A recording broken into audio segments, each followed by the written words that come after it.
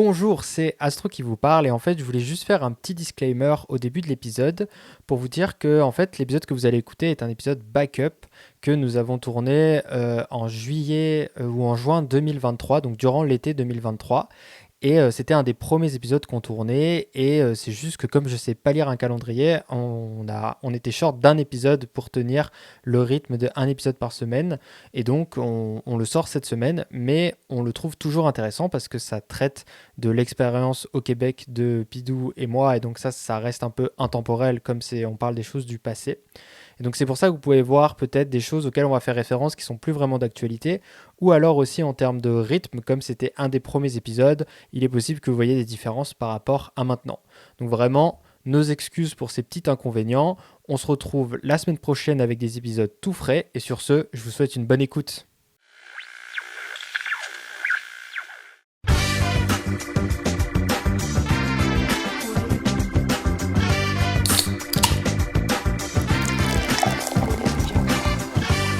Et bonjour et bienvenue à tous sur le podcast des bières et des bars. C'est Pidou qui vous parle et nous sommes en compagnie de Astro. Pourquoi tu changes de voix? Genre, on dirait un présentateur. Ah, parce qu'on est dans un podcast, mon ami. Et oui, bienvenue à tous. Ha ha. On dirait l'épopée temporelle. Ah, moi j'avais Bob Lennon en tête.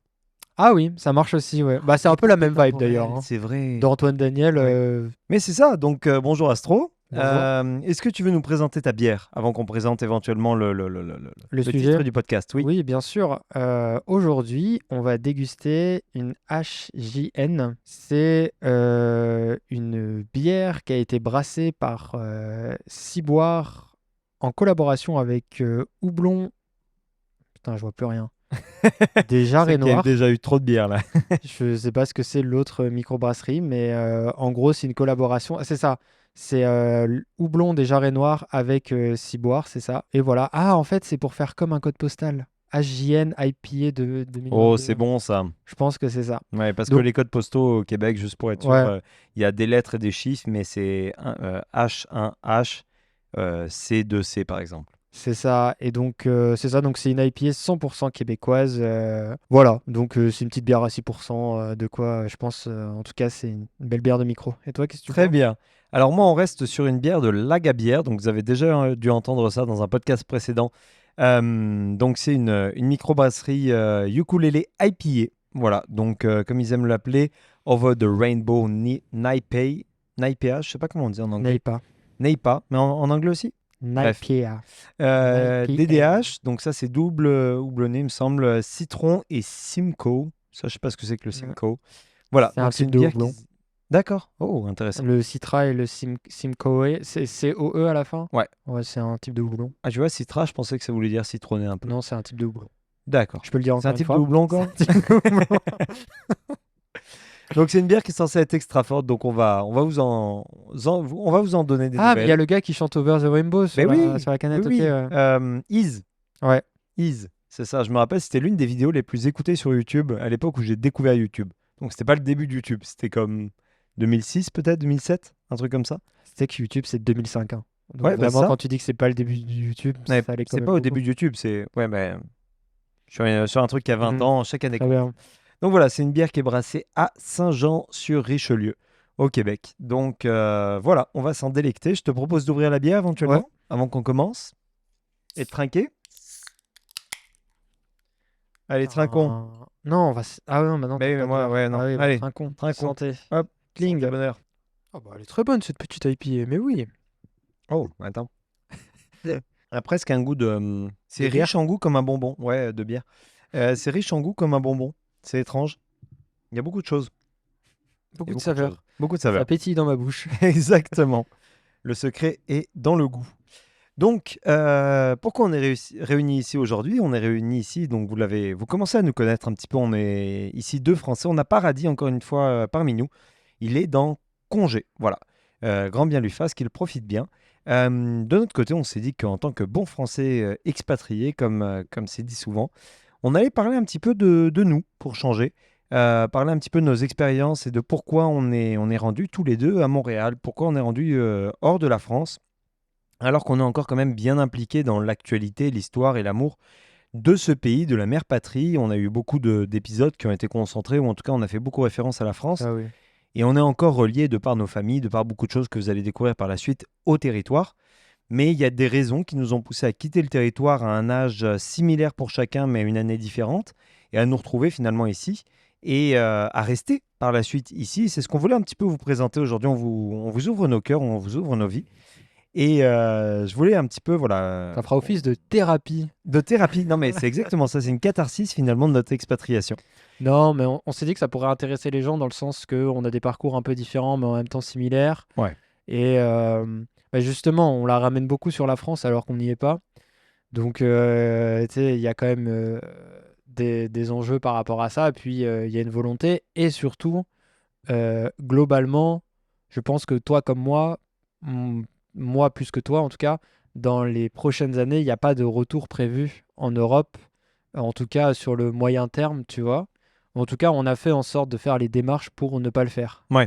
de ne pas avoir Ou s'assurer de ne pas l'obligation. devoir avoir à C'est le faire. ça. Donc il y a ça aussi. Puis il y a quand même beaucoup de Français, etc., qui vont à Montréal, qui vont au Québec. Donc c'est un peu juste parler de nos expériences. Peut-être qu'il y aura sûrement plusieurs épisodes par rapport à ça, Ouais, c'est parce que ça probable. peut couvrir différents angles. Puis si jamais vous, auditeurs, vous avez des questions par rapport à ça, etc., on pourra peut-être un jour aussi y répondre. Ouais. D'ailleurs, je fais une aparté par rapport à ça. Si vous écoutez ce podcast, n'hésitez pas à mettre des notes sur Apple Podcast ou Spotify ou si vous écoutez ça sur YouTube aussi. Parce que bah, nous, c'est notre seul moyen en fait. C'est vraiment nul de demander aux gens de faire ça, Non, mais comme tu as tous les raison. YouTubeurs et tout. Mais en vrai, pour nous, moi, je me suis rendu compte que sur les podcasts, c'est vraiment le seul moyen d'appréciation qu'on a de Ouais. savoir De voir un rendu. parce qu'on a le nombre d'écoutes, mais on ne sait pas, par exemple, sur nos trucs, on ne sait pas combien de temps les gens restent, s'ils ont vraiment apprécié, etc.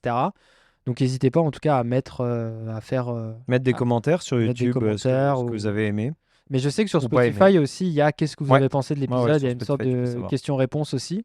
Donc si jamais le cœur vous en dit, n'hésitez pas et profitez aussi pour poser des questions. Plus on en aura, plus on y répondra Bien sûr. dans d'autres épisodes. Et en plus, si vous avez des questions sur le Québec, sur les procédures d'immigration, etc., on n'est pas des experts, on n'est pas des avocats en immigration ou quoi que ce soit, mais on a énormément d'expérience chacun Tu fais l'un bien et de dire l'autre. ça parce que légalement, je crois qu'on n'a pas le droit de donner de conseils à C'est des gens. ça. On n'a pas de conseils, mais on a des retours d'expérience qu'on peut Oui. donner. Et n'hésitez vraiment pas à nous poser des questions parce qu'on a eu tous les deux, et on va vous le décrire, des parcours assez, bah, en tout cas pour moi, rocambolesques. Et c'est toujours bon de savoir un petit peu comment retomber sur ses pieds parce qu'on peut retomber sur ses pieds, ne vous inquiétez pas. Donc je voulais commencer éventuellement peut-être par toi, Astro. Toi, tu es Mhm. parti un an avant moi, je crois que tu es parti en Ouais, 2015. 2015. Ouais. 2015, moi je suis parti en 2016. Peut-être sans revenir, bah si pourquoi pas revenir un petit peu aux origines. Qu'est-ce qui t'a, comment t'en es venu à choisir peut-être le Québec ou Mm. Montréal pour les études? Bah, moi, globalement, je viens du sud de la France et il faut savoir dans la vie, j'ai passé tous les concours Sciences Po. Dites-vous que Même les IEP, s'il même. y a un concours qui existe, je l'ai passé. S'il est en rapport avec Sciences Po. J'ai passé Paris, donc que tu passes en première, Ouais, Paris, je crois. Enfin, en première, je sais plus. Tu le passes pas en même temps que les IEP. Ensuite, j'ai passé le c'est concours. l'été de la première à la terminale, non? Ouais, un truc Mais comme ça a ça. changé hein, depuis, donc ça leur parlera pas peut-être à la nouvelle génération. Ça n'existe plus ce qu'on a fait. Mais en tout cas, à l'époque, tu passais le concours un an avant le bac, ou en tout cas avant le bac. Tu passais pas en même temps que le bac. Ça, c'est juste ça que je me souviens. Donc j'ai passé Paris, j'ai passé les IEP, j'ai passé Grenoble, et je crois que le seul que j'ai pas passé, c'est Strasbourg, parce qu'il y en a un qui est différent des autres, encore. Et après, j'ai repassé les IEP l'année d'après. L'année d'après mon bac, je n'ai eu aucun concours. Je n'étais sur aucune Les liste 2 années? d'attente. Toutes les années confondues, Ok. tout truc confondu. Tu dis Pourquoi? l'année après du bac parce que. Parce que justement, comme j'ai pas eu les concours Sciences Po, ce que je ne savais pas quoi faire, mes parents m'ont très justement encouragé à faire du droit. À coup de ceinture. Non, mais parce qu'en vrai, ils avaient l'argument ultime de, et ils ont raison, si tu fais du droit, que t'aimes ou pas, dans tous les cas, ça va te servir à quelque chose. Peu importe ce que tu fais dans la vie, que tu fasses du domaine artistique par la suite, que tu fasses n'importe quoi, d'avoir des notions de comment le droit fonctionne, de comment même... Tu sais, par exemple, si tu sais, je sais pas, vous voulez faire un livre, bah, sachez que si vous avez fait du droit, ça peut vous aider à vos droits d'auteur, par exemple. Genre, quoi que vous fassiez dans la vie, généralement, le droit, ça vous aide. Donc, quand vous êtes un peu perdu, faites du droit. Et à Aix-en-Provence, d'où je viens, il y a une très bonne fac de droit. Donc en plus, c'était un peu d'une pierre deux coups. Euh, donc voilà. Donc tout ça mis bout à bout, moi je savais que je voulais faire sciences politiques. Je savais que ça m'intéressait. D'ailleurs, pourquoi je voulais faire sciences politiques? Oui, c'est Je ça. peux vous le dire si vous voulez. Bah, je te pose la question même. Bien sûr, monsieur Bourdieu. Oui. Non, c'est pas Bah, Bourdieu. il est cancel, Bourdin. lui. C'est Bourdin. Bourdin, il est cancel. Donc, Ah merde. Bon, ouais. autant pour moi. Tu Non, peux m'appeler Apolline de Malherbe si tu veux. c'est elle qui le remplace, c'est Ouais. ça, sur RMC. Ouais. Mais c'est principalement parce que dans la vie, je voulais faire trois choses. La première, je voulais être Jedi quand j'étais Pas petit. mal. Apparemment, il y a un bon salaire. Ça n'a pas C'est les débouché. 100K dès que t'arrives. Deuxièmement, à 11 ans, je voulais devenir sorcier parce que je voulais être Harry Potter. J'ai pas reçu ma lettre, Moins bien payé. moins bien Dans ces cas. payé. Et En bah, plus, c'est insalubre, il y a des ouais. infiltrations dans les logements, c'est pas Puis ouf. de toute évidence, je suis moldu quoi parce que j'ai rien eu. Ouais. Et donc après, je voulais devenir Indiana Jones. Et quand on veut devenir Indiana Jones dans la vie, Pas stable. bah on va faire archéologue. Après, on se dit archéologue, bon, c'est très compliqué, c'est pas forcément ultra sexy, donc on va se dire histoire.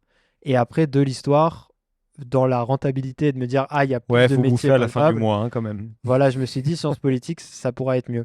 Je dis absolument pas que les archéologues ou les historiens, c'est moins bien. Je dis Non, juste mais qui mangent que, pas à leur faim, oui, ça c'est vrai. non, mais quand tu cherches un emploi, pas un emploi, mais quand tu cherches des perspectives d'emploi, Voilà, oui. c'est plus palpable quand tes parents te disent, ah, tu vas faire quoi avec ton diplôme d'archéologue? Bon, oui, voilà.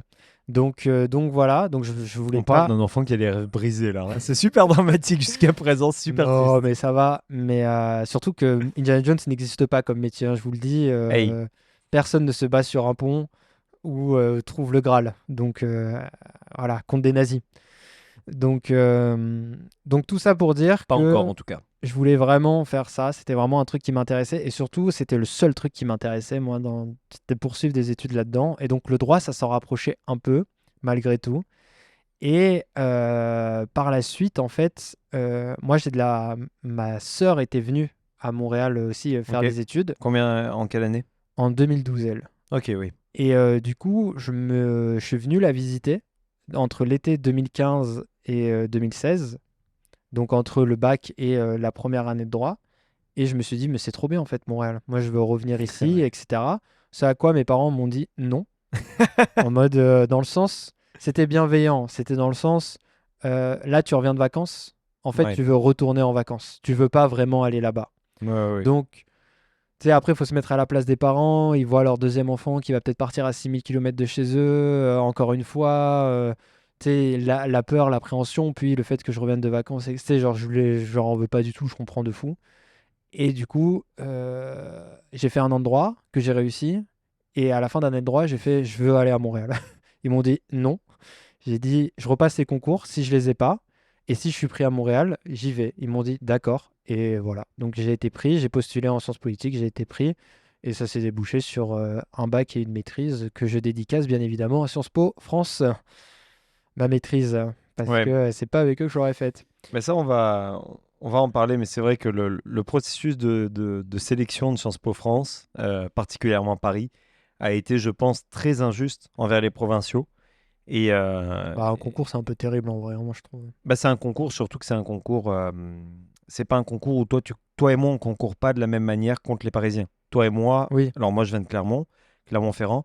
Toi et moi, on concourt l'un contre l'autre, et les Parisiens concourent de leur côté l'un contre l'autre.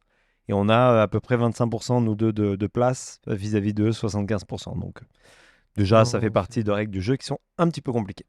Mais ok, donc du coup, toi, t'es arrivé donc en je suis 2015, arrivé 16? en 2015, c'est ça. 2015, ok, oui, c'est ça. Automne 2015, En Sciences Po. en sciences politiques. Et puis après, en fait, l'appréhension que j'avais eue durant mes vacances, Ouais. pas l'appréhension, mais L'envie. l'envie et l'amour que j'ai pu avoir n'a fait que se confirmer, s'intensifier. Et pour d'autres raisons qu'on reviendra après sur ça. Mais donc, c'est à peu près ça de comment je me suis retrouvé ici. Et donc, après, c'est sûr que pour moi, c'était un peu plus facile, entre guillemets, parce que bah, j'avais ma soeur qui était déjà là. Donc, ça a été un peu en mode, bah, tu sais, va dans telle banque pour faire Ouais. tel compte, les papiers, ça se fait comme ça, etc. Et le fun fact, c'est que je n'ai failli ne pas être reçu à l'université de Montréal, parce que j'ai fait l'université de Montréal. Parce qu'en fait, quand j'ai fait mon année de droit, euh, en gros, ils te demandaient d'avoir tes relevés, d'envoyer tes relevés de notes. Ouais. Et donc, en fait, il faut que tu envoies tout avant le 1er février. Ah, mais la fac française a dû être incroyable pour Mais ça. voilà, donc je vais voir, j'ai écrit à l'Université de Montréal en leur disant je l'aurai pas. Et ils m'ont dit pas de problème, vous envoyez après avec une lettre explicative. Et si jamais vous avez toujours pas déposé votre dossier, mettez une lettre déjà dans votre dossier de départ en disant que vous n'avez Ouais. pas le truc, vous l'enverrez après. Donc je fais tout ça. Donc j'envoie après en genre en mars mes relevés de notes du semestre donc d'automne de droit en leur disant voilà, c'est pour ça que je les ai pas envoyés, machin, les voilà. Et quelques semaines après, j'ai un refus de la part de l'Université de Montréal en disant qu'ils vont pas traiter mon dossier parce que j'ai pas complété mon dossier. Et oui, t'avais pas toutes Euh, les pièces. J'avais pas envoyé toutes les pièces. Là, je fais bah non, Les gars, pas c'est faux. cool. Donc là, j'écris un courriel, je leur dis bah non, j'ai la preuve et tout. Et ils me disent non. Je renvoie, j'avais gardé tu sais, le truc de la poste Ouais. que Le t'envoies cachet. là, ouais, le cachet de la poste que t'envoies parce que j'avais envoyé en recommandé. Ah oui, Donc oui, oui. je dis ben j'ai quand même envoyé une lettre. Là les gars, c'est quand même pas moi qui fais les trucs. Et la chance que j'ai effectivement, c'est que ma sœur s'est rendue à l'université de Montréal Ouais. et a demandé à la directeur ou je sais plus, je pense à la TD en fait. Ok, oui. La TD, c'est elle qui fait le lien entre l'administration et les élèves. De dire il est où le dossier? Ouais. Et ce à quoi ils ont fini par trouver la deuxième lettre que j'avais envoyée et ils ont réussi à me dire bah écoutez, vous avez envoyé une lettre, mais elle est vide. Soi-disant, j'aurais envoyé juste une Waouh. lettre vide Waouh. sans. Tu sais, genre, j'aurais juste envoyé une lettre. Genre, je suis en mode. Mais juste la lettre. Genre, pas Oui, oui, non, le truc dans lequel l'enveloppe, tu tu veux mets. Ouais, dire. l'enveloppe. Juste, on a une enveloppe, mais on n'a rien. Je suis en mode, mais les gars, hein, voilà. Soyez un Et peu. donc, ils m'ont dit. Là, j'ai tout renvoyé dans la semaine d'après parce qu'ils ont dit oui, on va réouvrir le dossier et j'ai été accepté. Bel exemple de Ah ouais, ça lâchez c'est. pas. Mais voilà comment je me suis retrouvé ici. Et toi, en vrai, parce que je suis pas sûr de full savoir comment toi tu t'es retrouvé Ouais, ben à Montréal. moi ça remonte en 2014 où en fait je rentre au lycée et 2014, 2013-2014, un truc comme ça. Et à l'époque, quand tu faisais l'anglais européen, qui était une option justement au lycée, tu avais un voyage à New York en seconde. Et là vraiment, Attends, je mais t'es trouvais allé dans ça quel lycée, toi? lycée Sainte-Marie à Rion. C'est un lycée privé? Ouais, Ah oui, voilà, c'est pour ça. D'accord, ok, c'est bon. lycée privé Pour Marist. aller à New York, oui. Mais non, mais c'était pas tout payé là, il fallait payer aussi un peu une partie là quand même, mais il y avait la Ouais. possibilité de faire ce voyage. Puis moi, je trouvais ça incroyable, c'était ouf. Et Tu visitais les Nations Unies? je sais pas, Ah, t'y es pas allé? Spoiler alert. et voilà. Ah, pardon. Je rentre en seconde et là, il y a eu un changement de direction et ils disent non, désolé, il y aura plus le voyage à New York. Et là, mais moi, entre guillemets, je m'effondre, je me dis putain, mais c'est quelle déception, etc. Et en plus, il faut savoir que l'anglais européen, c'était quand même pas un truc où juste tu prenais l'option, puis comme ça, c'était tous tes cours de sciences physiques n'étaient pas en français, étaient en anglais. Donc, ça peut paraître simple, hein, C'était les non. lampes en dérivée et en série, mais imagine tout en anglais, Et que déjà, en moi, j'étais anglais. pourri en français déjà. Voilà. Donc c'était terrible, ça aurait été terrible en Ah, anglais. mes notes étaient affreuses. Mais il n'empêche que voilà, il y avait tout ça à subir. Et mes parents ont trouvé ça quand même injuste pour moi, etc. Puis c'était le deal qu'ils avaient eu un peu avec moi, genre t'as des bonnes notes en troisième, donc tu peux rentrer dans ce genre de classe pour après derrière, voilà. Ouais. Donc ils décident pour Noël de m'amener au Québec.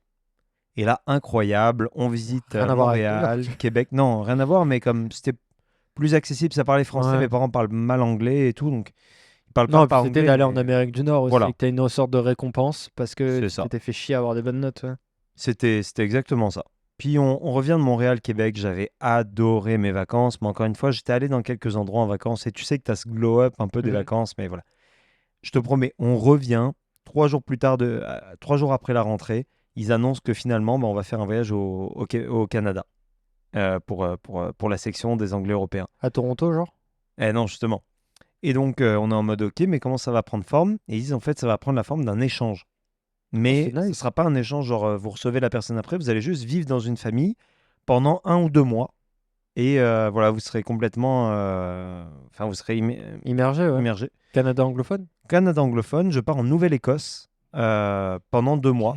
Ok. finir l'année en fait. Donc c'était cool. J'ai raté le cours sur Napoléon en histoire, donc ça m'a fait un peu tristesse. C'était allé où en Nouvelle-Écosse? C'est quel Alors, vous prenez en dessous d'Halifax et un petit peu à l'ouest. C'était à New Germany. C'est vraiment paumé.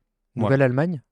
Oui, New Germany, ça s'appelle Ok. Ah non, littéralement ok, comme c'est ça. bien ça, d'accord, ok. Puis, c'est le paradis. C'est Mais c'est littéralement. beau, ce qu'on appelle les provinces atlantiques, là, Ouais, celles qui l'Atlantique. donnent sur l'océan Atlantique. Ça a l'air vraiment. Je suis pas C'est encore allé, mais magnifique. ça a l'air très très beau. Tapez Lunenburg sur Google, c'est classé au patrimoine de l'UNESCO. Vous avez aussi. Ah mince, ça fait un autre endroit. Bon, bref. Lunenburg, très très beau. Et vous avez Bridgewater juste à côté. Et c'est en fait à Bridgewater qui est aussi une usine Michelin. Et moi, en fait, la famille que j'ai eue. Cocorico. Eh ben oui. Mais la famille que j'ai eue m'a sélectionné parce que j'avais mis dans mes intérêts que j'aimais la Formule 1 et Michelin. Et en fait, il se trouvait que le père de famille travaillait chez Michelin et qu'il était fan de Formule 1. Bah Et j'ai été ouais. mis dans la meilleure famille en plus, ils ont été incroyables. Et j'ai habité là-bas pendant 2 mois, et là tu te dis, bon bah quand même, j'ai vécu pendant 2 mois au Canada, anglophone mais quand même, et d'un autre côté j'ai vu ce qu'était le Québec, c'est resté un peu, tu vois. Et Ouais. j'arrive en terminale, je vois que tous mes amis qui ont tenté les IEP et Sciences Po sont lamentablement foirés, pas parce qu'ils sont pas bons, mais juste Non. parce que le concours était juste pas au niveau de ce que eux étaient. C'était des gars incroyables Non, puis et des même il y filles a incroyables. je sais pas combien de milliers de personnes qui le passent chaque année, Non mais il y c'est a ça. vraiment pas beaucoup de place. Puis de toute façon, ils ont tout misé aussi beaucoup. Moi, à mon époque, c'était l'anglais. Si t'avais pas l'anglais scolaire Ouais. de savoir écrire des essais, tu te faisais tailler, t'avais 5 et ta moyenne de Mm. concours était éclatée. Donc il y avait tous ceux qui avaient passé leurs étés en C'est Angleterre ou je ça, sais ouais. pas où. Et en plus, si tu parlais une autre langue, tu pouvais faire une autre langue. Mm. Mettons, t'es italien. Moi, dans le sud de la France, on a pas mal des Italiens. Bah, tu passais le concours en italien, t'étais pris. Ouais. Parce que ta langue, tu pouvais la choisir. Donc voilà. Mais Non, moi, les gars étaient vraiment bons. Puis, tu sais, je les voyais se casser les dents et tout. Puis, je me suis dit, c'est pas un truc que je veux forcément. Et la déception, non, c'est vraiment pas un non, truc à c'est ça. chercher, effectivement. Mais j'étais pas dans une place où je me disais, ah, tu sais, j'ai envie de tester ce genre de truc et tout. Et puis, j'avais postulé pour les universités françaises, Lyon 3, Sorbonne, Oh, bizarrement, Lyon et pas 3, Assas. oui, Sciences Ouais. Po Histoire, là, le double cursus. Oui, c'est Ah, j'ai ça. postulé Non, aussi, pas ouais. Sciences Po Histoire, droit et Sciences Po, Ah, pour moi. dommage. J'avais postulé en Mais oui, droit Lyon 3. Sorbonne Oh, aussi. t'as rappelé un truc, j'avais oublié Mais oui, l'existence de Lyon mais Lyon 3. 3, c'est génial. Hein. Ouais, ouais, c'était dans C'est mes Jean vœux. Monnet, c'est ça? Nous, Ou Lumière? Je sais c'était post-bac à l'époque. pas. Ouais. Ouais, parce que Non, APB, là, APB, oui, nous, c'est ça, c'était APB, oui. qui était Terrible. génial.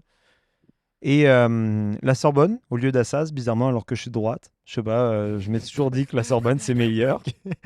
Parce que la Sorbonne est de droite et... non, la Sorbonne est très de gauche et Assas est très de droite. Ok. Donc voilà, c'est là où... Assas, c'est là où il y a eu les Le Pen, etc., qui sont passés et tout. Mais tu sais que Marine Le Pen, elle est diplômée de l'université d'Aix-en-Provence aussi, hein, en Oui, droit. oui, oui. Elle a fait sa licence là-bas. Mm, mm. C'est vraiment quelque chose que tout le monde sait à l'université, mais que personne ne met de l'avant C'est vrai. jamais. Tout le monde s'est dit, fait chier, c'est la seule personne. Mais je crois que Assas, c'est là où il y a eu la nièce, Ah, Marie Maréchal. Marion Maréchal. Hein. Voilà. Ouais. Donc c'est ça. Et donc, du coup, bah, tu sais, j'ai ces options sur la table. Et mon père me met sur mon bureau en septembre Le Point édition Le Canada. Il y en a un chaque année, etc. Et là, je commence à feuilleter, puis je vois Université de Toronto, Université de Laval et Université de Montréal. Puis je me dis, bah, tu sais quoi, on va s'intéresser. Et McGill. Puis là, on s'intéresse un peu avec C'est à mon père. Montréal, McGill, si jamais. C'est ça. C'est l'université anglophone à Montréal, qui est basée donc sur les collèges anglais, genre, ça ressemble un peu à, comment ça s'appelle à Londres, celle qui est ultra connue. Tout le monde va faire... Oxford, Non, Cambridge. non. Non. Bref, si je retrouve, vas-y, pardon. La London School of Ouais, Economics. la London School of Economics. Ouais. C'est un peu la même vibe de collège anglais. Ça se veut un peu comme Harvard Ouais. au Québec, Ah, à totalement. Montréal, quoi, en termes de vibe, en tout cas. Je dis pas que c'est le cas, Non, mais mais c'est ça. c'est ça l'ambition. Et c'est complètement anglophone. Ouais. Puis on voit un peu les programmes, etc. On voit que je peux pas me qualifier pour McGill parce qu'il faut avoir un bac, etc. pour rentrer en droit. Et Université de Montréal, on postule, mais vraiment, je me rappelle, on postule, tu sais, un dimanche soir. Tu vois, la vibe dans ta famille le dimanche soir avant d'aller te coucher, tu vois, au lycée, genre, bon, il n'y a rien qui se passe, bon, ben, on fait ça. Et finalement, je suis convoqué, et alors, je sais pas si toi, ils t'ont fait ça, mais moi, ils m'ont convoqué à Paris en janvier, Non. où ils m'ont demandé, mais j'étais encore au lycée, toi, tu étais à la fac, donc c'est peut-être Ouais, ça moi aussi la j'avais déjà un différence. diplôme. C'est ça. Moi, ils me demandent de monter à Paris pour évaluer mon dossier. Alors, j'arrive à Paris, évidemment, j'ai Mais pas à les tes frais? pièces. Ouais, ouais, ouais. Je m'appelle à l'ambassade culturelle du Québec. Je pense que c'est du Québec. Hein, Ouais, qui était... non, du Canada. Non, non, du Canada parce que c'était à côté des Invalides. Et évidemment, on est passé à côté des Invalides. Notre grand héros reposant là-bas. Voilà. J'ai d'ailleurs croisé Mario Maréchal Le Pen, d'ailleurs, parce que c'est à côté de l'Assemblée nationale en France. Les Le Pen reviennent trop dans ce podcast là. Oui, c'est vrai, c'est un peu Actuellement beaucoup, là, là. c'est pas une fierté là. Et bref, tout ça pour dire que je suis accepté sous condition de 14 au bac. Ouais. J'arrive au bac, j'ai 16,6. Putain, bâtard. Voilà. Et là, je me dis, oh mon Dieu, c'est incroyable. Tous mes amis me sautent dans les bras, voilà, tu vas partir, etc. Puis quoi, le 20 août 2016, j'arrive ici. Puis bah, c'est la folie. Ouais, non mais on se souvient tous, moi c'était 22 août 22 août. 2015.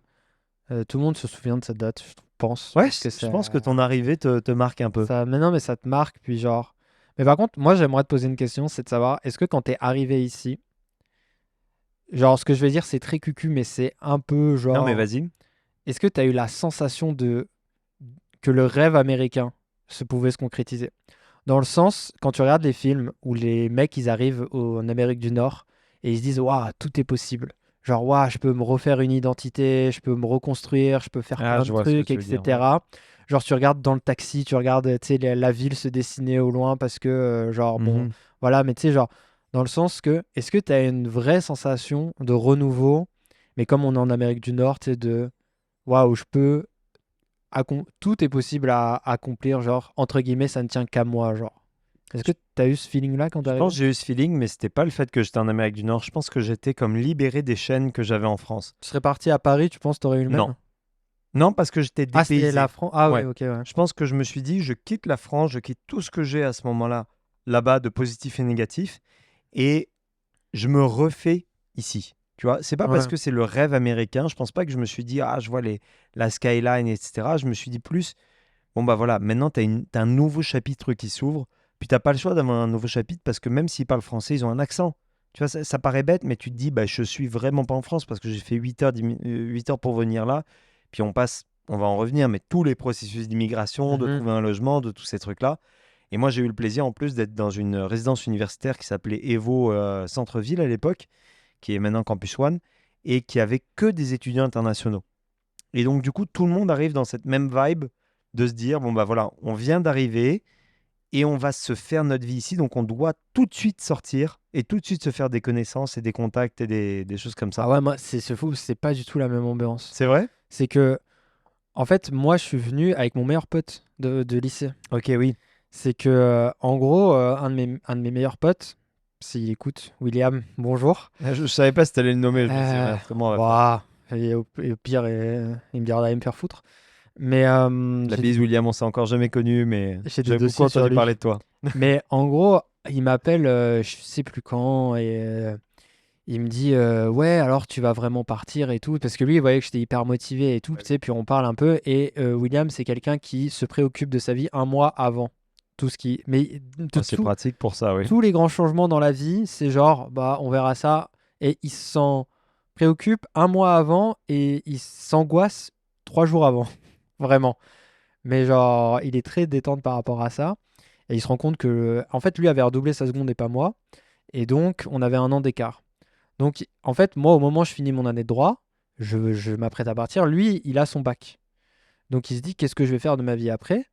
Et voyant que j'étais tu sais, très, très déterminé à partir et qu'il savait pas trop quoi faire, etc. Et que moi, je lui avais dit, en vrai, trop bonne idée, viens avec moi, ça serait trop bien et tout. Mais qu'il n'était pas vraiment chaud, mais en même temps, il voulait un peu voyager. Il a postulé en semi-secret dans un programme à l'UQAM et il a été pris.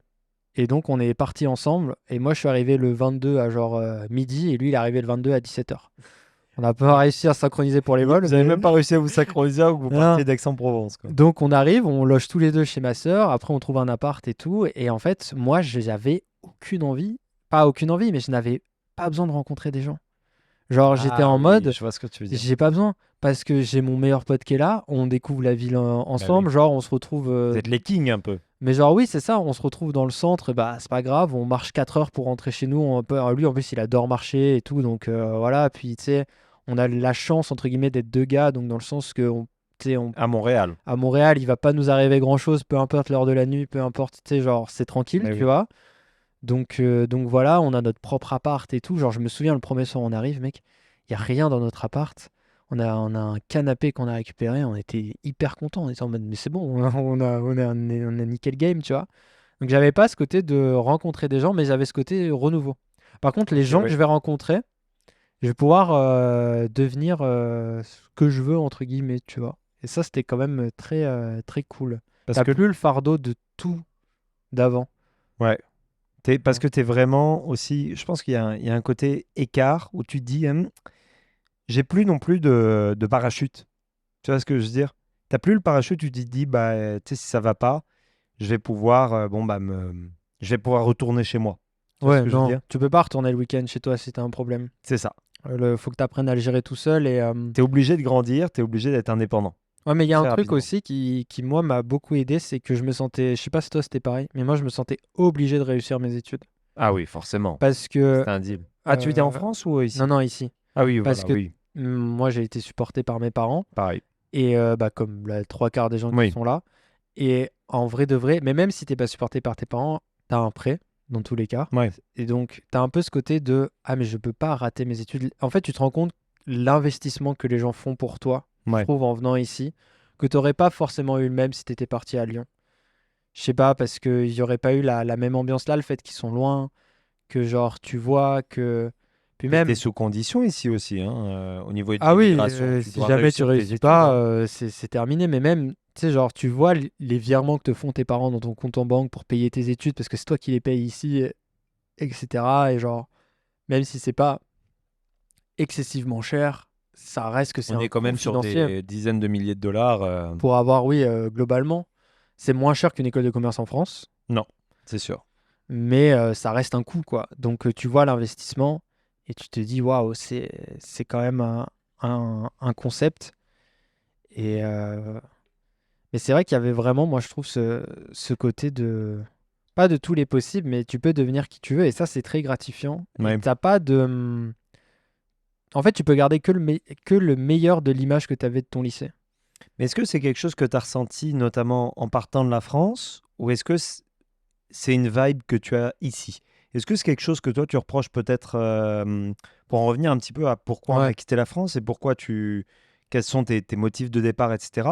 Comment tu visualises un petit peu peut-être le changement de paradigme ou le changement d'ambiance que tu as pu subir? Est-ce que c'est resté après aussi dans le temps? Parce que c'est important aussi, tu sais, il y a toujours Mhm. les 100 premiers jours qui sont des jours un peu de nuit de Des jours noces, d'apaisement. etc. Voilà, les jours d'apaisement. Tu as toujours un petit peu ces 100 premiers jours où tu te dis, bon, bah voilà, faut que ça se passe et c'est trop bien, je sors T'es tous les soirs. omnubilé par n'importe quoi. Voilà, puis tu as les premiers examens qui arrivent en octobre, tu te prends une retournée incroyable. Comment ça reste après? Qu'est-ce qui t'a motivé en fait à venir ici et qu'est-ce qui est resté par la suite? Moi, ce qui m'a surtout. Ce que j'apprécie énormément avec le Québec, c'est qu'il y a un côté que si tu t'investis, tes efforts seront récompensés. Moi, je l'ai vu de très peu de ce que j'ai vu. Déjà, premièrement, en vrai, ce que j'aimais énormément, c'est que oui, quand tu es français, le trimestre coûte 3500 $ à peu près pour avoir accès à l'université. C'est plus cher que ça? Oh, c'est plus cher, oui. Moi, On est plus dans les 4-5, hein. ça a augmenté alors. Mais pour 5 à 6 cours par session, ouais.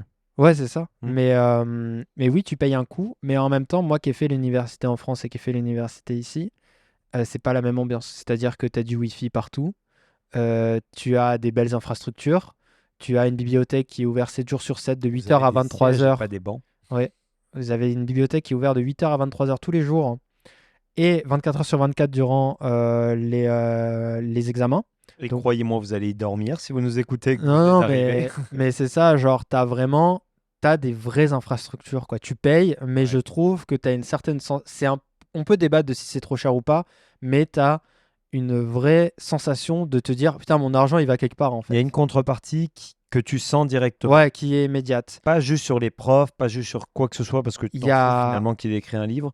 Tu dois avoir un cadre dans lequel tu peux apprendre et qui est Oui, favorable à ça. et genre, tu t'assois tu sais, dans les amphis, tu t'assois, il y a une prise quasiment par bureau. Donc Ouais. voilà, t'as pas une prise par amphithéâtre, hein, comme l'amphithéâtre à Aix-en-Provence.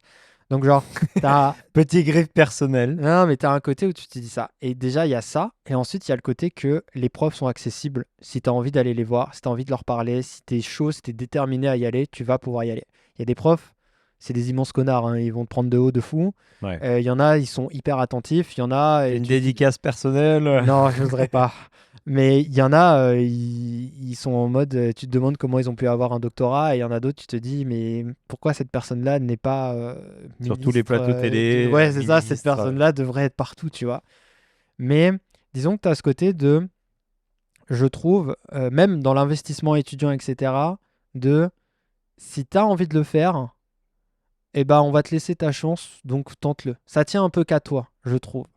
Alors qu'en France, je trouvais que les profs, tu leur parleras jamais. En tout cas, les profs d'université. Tu vas parler aux ceux qui sont les auxiliaires d'enseignement, donc ceux qui donnent les TD, là, Chargé de TD, les ouais. chargés de TD qui sont des immenses connards la plupart du temps, Oui. qui reproduisent un bullying qu'ils ont eux-mêmes subi Ah, c'est vis-à-vis des vraiment juste étudiants. ça, hein. Genre, c'est terrible.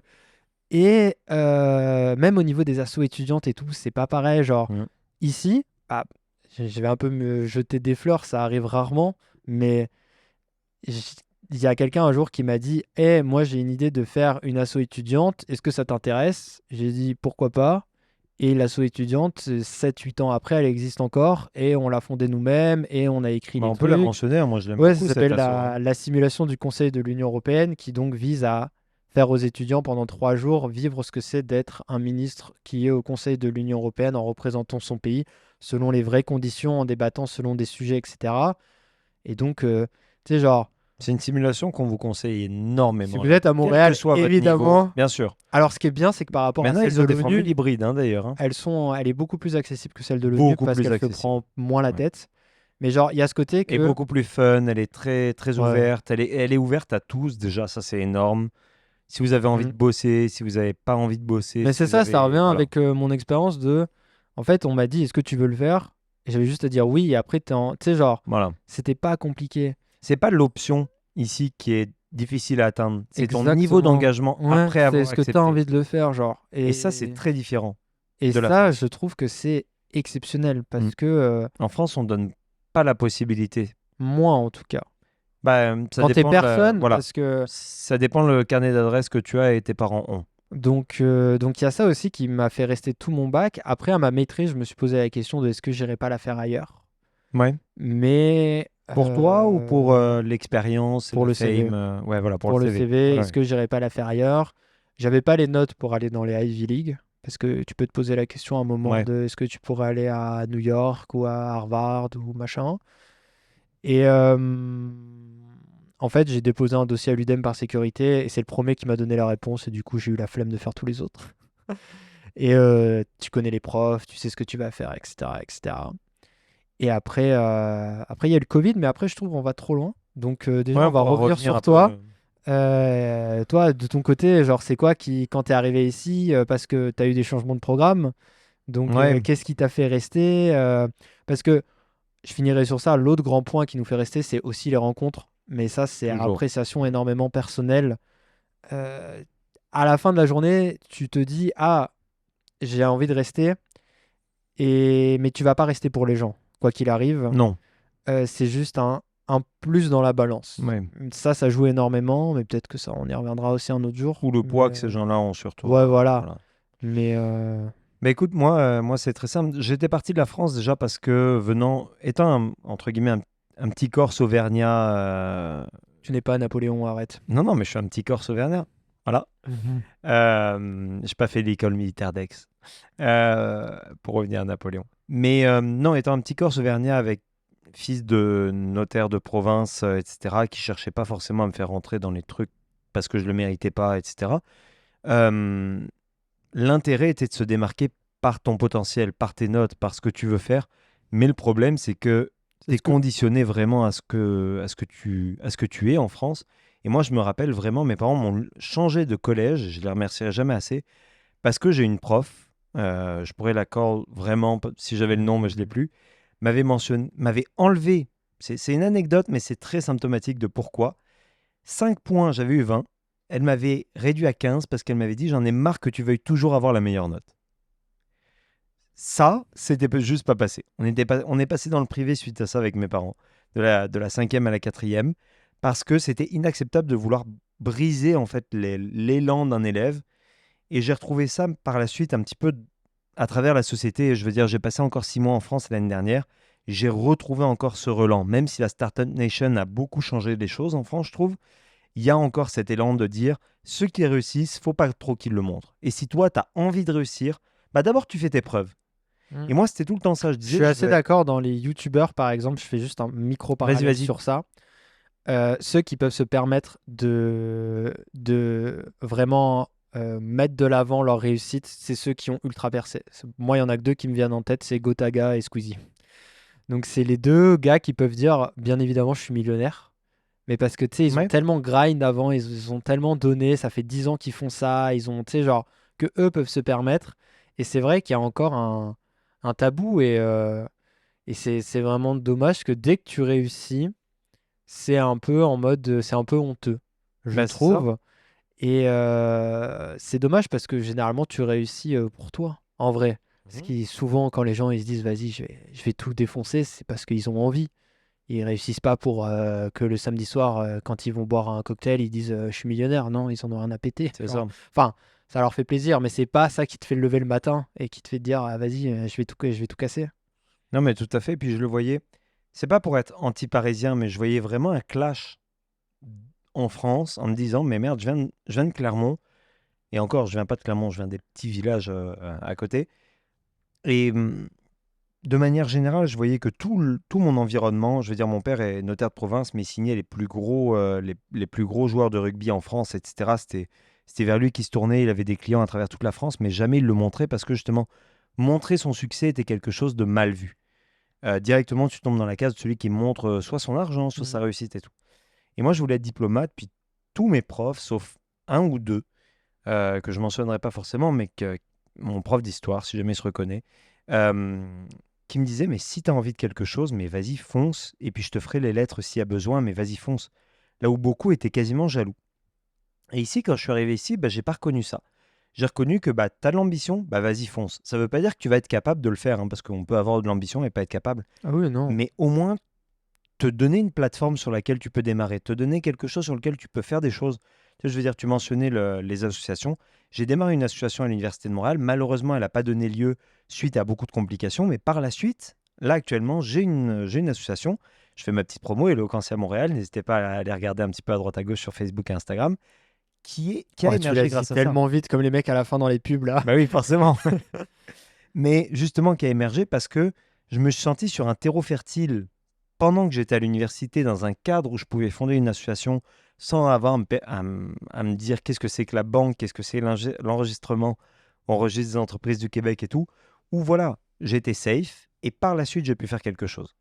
Et c'est ce terreau fertile en fait de talent que je retrouve ici, où on dit ben on va pas t'accompagner dans toutes les étapes du processus, hein, tu t'es pas un Mm. bébé. Par contre, si tu as envie de le faire, bah fonce. Peut-être va y avoir des rêves brisés, peut-être tout ce que tu veux, mais au moins tu auras eu la chance de le faire. Et se démarquent finalement que ceux qui ont tenté. Et ça, c'est peut-être la grosse différence avec la France. Et j'ai eu des changements de parcours que j'ai vus en France qui étaient terribles.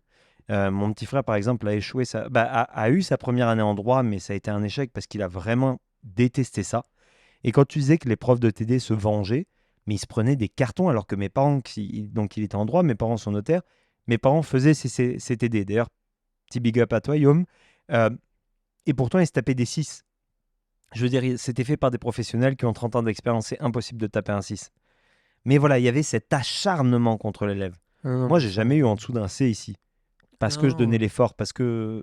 Moi, j'ai eu une très mauvaise expérience avec une prof ici, mais c'était quelqu'un qui est. Genre, c'est anecdotique. Genre, je suis le seul Hmm. à avoir eu ça. Il y a toujours des cons, hein. Et c'est ça, c'est qu'il y a des cons partout et c'est pas tout rose non plus, mais genre, c'est vrai que, je sais pas, il y a un aspect de te dire, et puis même si tu rates, au moins tu auras essayé, quoi. Genre, c'est pas très grave, tente-le, Tu et peux reprendre un cours, hein. puis c'est ça, tu pourras. Par exemple, ici, c'est vrai qu'il y a beaucoup plus de gens qui reprennent des études tardivement. Ouais. Quand vous rentrez à la maîtrise, souvent, il y a des gens, la moyenne d'âge, elle est beaucoup plus vaste. Puis, genre, moi, je connaissais quelqu'un qui faisait médecine et elle me disait, on est 40 en médecine actuellement et vraiment moitié-moitié. Moitié, c'est des deuxièmes carrières, l'autre, c'est des premières carrières. Ouais. C'est des gens, genre, comme toi et moi, qui ont bossé après dans leur truc et qui se sont dit, bah en vrai, j'ai toujours voulu faire ça, je vais le tenter, tu vois. Et je trouve que en France, bien évidemment, il y a des gens, ils vont faire ça aussi. Mais je sais pas, il y a un peu ce côté de c'est moins accessible. Alors, je sais pas si c'est moins accessible, mais en tout cas, moralement, ça l'est moins. Ouais. Mentalement, ça l'est moins. Mais je le Ça vois demande d'ailleurs plus d'efforts. quand j'ai changé de programme. Donc j'ai commencé, je suis arrivé ici en droit pendant un an. Et après, je suis parti rapidement vers. T'as lamentablement échoué en droit. J'ai pas lamentablement échoué, j'ai eu mes cours, mais les notes n'étaient pas fameuses. Et je Après, suis. c'est très dur aussi, droit, ici. Ouais, ici, droit, c'est un. En fait, je C'est un pense. délire ici. J'étais pas assez C'est un mature. concept. Et J'arriverais maintenant en droit, ça se passerait beaucoup mieux qu'à 18 ans. grand bien leur face à l'UDEM, c'est un délire à l'UDEM aussi, droit. Non, grand bien leur face, pas du tout. Vraiment, Non, droit mais UDM est très mal c'est tous des foutu avocats, ils et peuvent nous faire des procès en diffamation, donc grand voilà. bien leur face. Non, non, C'est- droit UDM, j'ai pas nommé personne. Droit UDM est corpo et pas fait pour ceux qui veulent faire du droit de l'environnement. Mais dans tous les cas, voilà, c'est une question de maturité et beaucoup de choses. Mais je suis parti en études internationales, ça s'est très bien passé. J'ai eu Études toute l'équipe Yale, internationales, etc. si jamais, ça ressemble Oui, c'est vrai. énormément à Sciences Po en France. Ouais. C'est-à-dire, ils font du droit, ils font de l'histoire, ils font de L'économie, l'économie. Voilà, ils font toutes les grandes matières et après, ils se spécialisent dans un domaine. Toi, tu as fait relations internationales. Enfin, je sais pas relations quoi. internationales, environnementales. Ouais, c'est ça. Donc défense et environnement. À la différence, moi, j'ai fait Sciences Po et Sciences Po, c'est vraiment juste vraiment de la science politique. Ouais. Donc, philosophie politique, théorie politique, économie politique. Il y aura toujours le mot politique.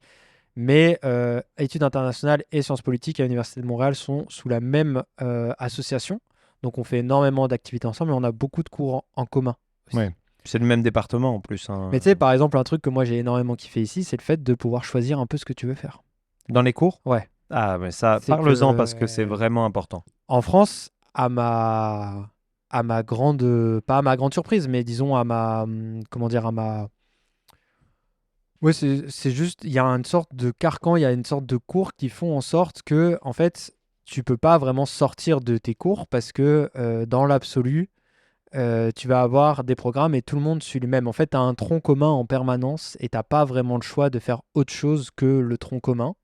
Alors que ici, ce qui est vraiment bien, c'est que en fait, tu vas avoir des cours obligatoires qui généralement sont en première année. Donc, tu vas avoir introduction à la théorie politique, introduction à l'économie politique, etc. Et après, en deuxième et troisième année, tu peux vraiment plus choisir des cours.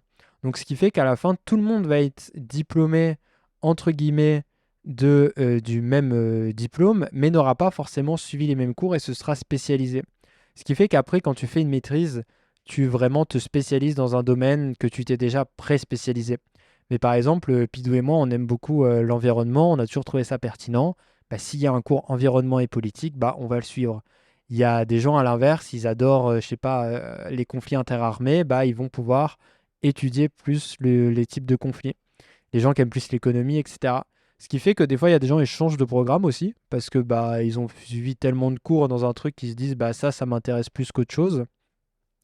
Mais donc voilà, ce qui fait qu'en fait, tu as une fausse sensation de construire toi-même ton propre programme, ce qui est faux parce qu'en fait, on te donne juste des options, mais tu as un côté de vraiment choisir un peu ce que tu veux faire et tu as vraiment. En fait, les matières que tu choisis, entre guillemets, les trois quarts du temps, ont un véritable intérêt pour toi, ont un véritable sens. Et la première année est un peu difficile parce que généralement tu choisis pas. Mais d'un autre côté, tu es motivé puisque tu as choisi ce programme-là. Oui. Donc ça se complémente bien. Après, tu as quand même des trucs obligatoires. Genre par exemple, tu as des cours de langue obligatoires et tu peux te retrouver à avoir des D+ en italien par exemple parce que tu n'étais pas prêt Tu mentalement à parles faire de d'expérience l'italien. personnelle, par exemple? Voilà, mais donc c'est ça. Donc c'est vrai C'est bien parce que que. venant du sud de la France, t'étais pas baigné là-dedans. Alors, en plus, c'est pas comme si mon grand-oncle venait de Gênes, quoi. Vraiment, Voilà, on n'est rien à pas voir. du tout dans des pas du tout, rien à voir. Mais donc voilà, donc c'est vraiment très. Tu choisis pas ce que tu fais, mais tu as la sensation de choisir et tu te spécialises un peu. C'est un peu comme quand tu es dans une librairie, tu as beaucoup de choix de livres et en fait, tu as genre 15 choix de livres, et bah le livre que tu vas choisir, tu vas plus l'apprécier que si on te l'avait Ouais. imposé. C'est un peu ça. Non, mais puis l'avantage, c'est aussi que moi, je vois au niveau des profs, j'étais allé voir une fois le conseiller, grosso modo, et je lui avais Ici? dit, comment, ici, Ici, oui. Et je lui avais dit, mais qu'est-ce qu'il me faut comme job pour avoir. Bon, j'étais un petit peu naïf, hein, j'étais en première année d'études internationales, mais j'ai dit, pour être à l'ONU en environnement. Puis il m'a regardé, mais il m'a vraiment dit, mais qu'est-ce que tu veux suivre comme cours? Je dis, bah non, je viens vous voir pour savoir quel cours je dois suivre. Ouais, en Il m'a dit, fonction de non, mon mais ambition. c'est ça. Et il m'a dit, non, mais quel cours tu veux suivre au final? Et c'est vrai que maintenant, je balbutie hein, actuellement dans le monde du travail, c'est que ma première année, mais c'est pas ton choix de cours qui va définir quel boulot tu vas avoir par la suite.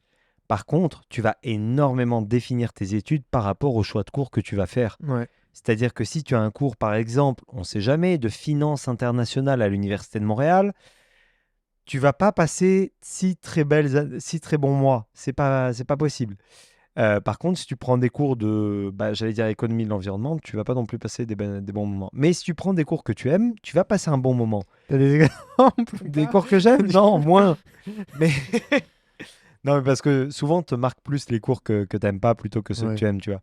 Mais voilà, prenez des cours si vous avez le choix, de manière générale, si vous êtes un nouvel arrivant ici, j'aimerais beaucoup que vous écoutiez ça.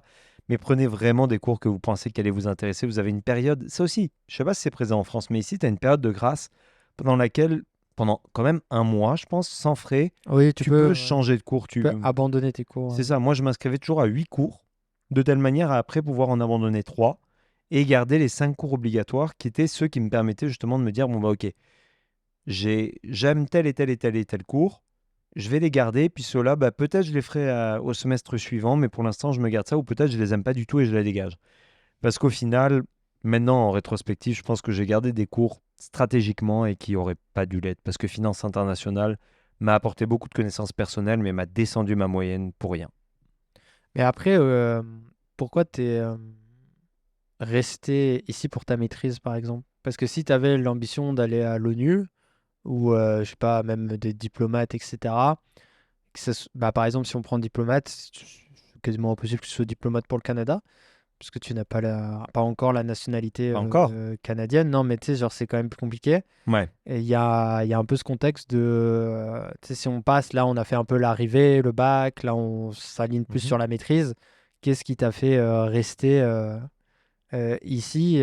Ça peut être un choix par défaut, hein. Tu sais, moi, j'ai quand même commencé en disant, j'ai pas postulé ailleurs. Mon autre meilleur pote que je m'étais fait ici, bah, Radi, il était pris aussi. Lui, il avait postulé qu'à l'UDEM. Il voulait rester à l'UDEM. Et après, déjà, il voulait pas vraiment faire de maîtrise. Il voulait juste vraiment en faire une pour pouvoir avoir un meilleur salaire qu'il pourrait Ouais, c'est négocier ça. sur le marché du travail en premier emploi. Donc, il a été pris.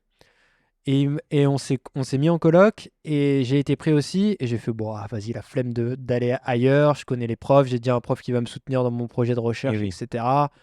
Donc c'était pas vraiment, j'ai fait ma maîtrise à l'UDEM mais j'ai pas honte de le dire, vraiment par pur confort.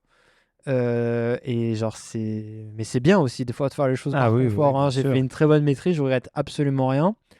Mais donc voilà, tu sais, genre toi c'est plus quoi parce que tes ambitions contredisent un peu avec ton choix Mm. que Non, tu c'est as vrai, fait. totalement. Mais c'est vrai que moi, j'ai des ambitions très européennes, hein, tu sais, très Hmm. politiques en France, très politiques en Europe, etc. Ou alors à l'ONU et des choses comme ça. Moi, en fait, j'ai été très impacté par le Covid. C'est-à-dire qu'en 2020 arrive le Covid et fin 2020, je gradue de mon bac. Fin 2020, c'est juin 2020? Non, fin 2020 en décembre, parce Décembre? que moi, j'ai fait une Ah oui. session de plus Ah oui, c'est vrai, oui, à comme cause de quoi. mes problèmes Ouais. d'immigration. Parce que, petit aparté, j'ai eu des problèmes. Surtout, faites attention à vos renouvellements de permis d'études. Voilà, je ne vais pas rentrer dans les détails, mais ça peut être très compliqué et impacter très fort vos études. Moi, j'ai dû faire un semestre en plus, qui n'est pas la fin du monde. Si vraiment vous avez un problème dans vos études, ne vous inquiétez pas. Je m'en suis très bien relevé. Mais faites juste attention. C'est juste que si vous êtes en période de renouvellement ou si vous êtes en statut implicite, ne sortez pas du Voilà, territoire. tout à fait. Malgré tout ce qu'on pourra vous dire, ne sortez pas du territoire. Jamais. Et même si vous avez des raisons urgentes.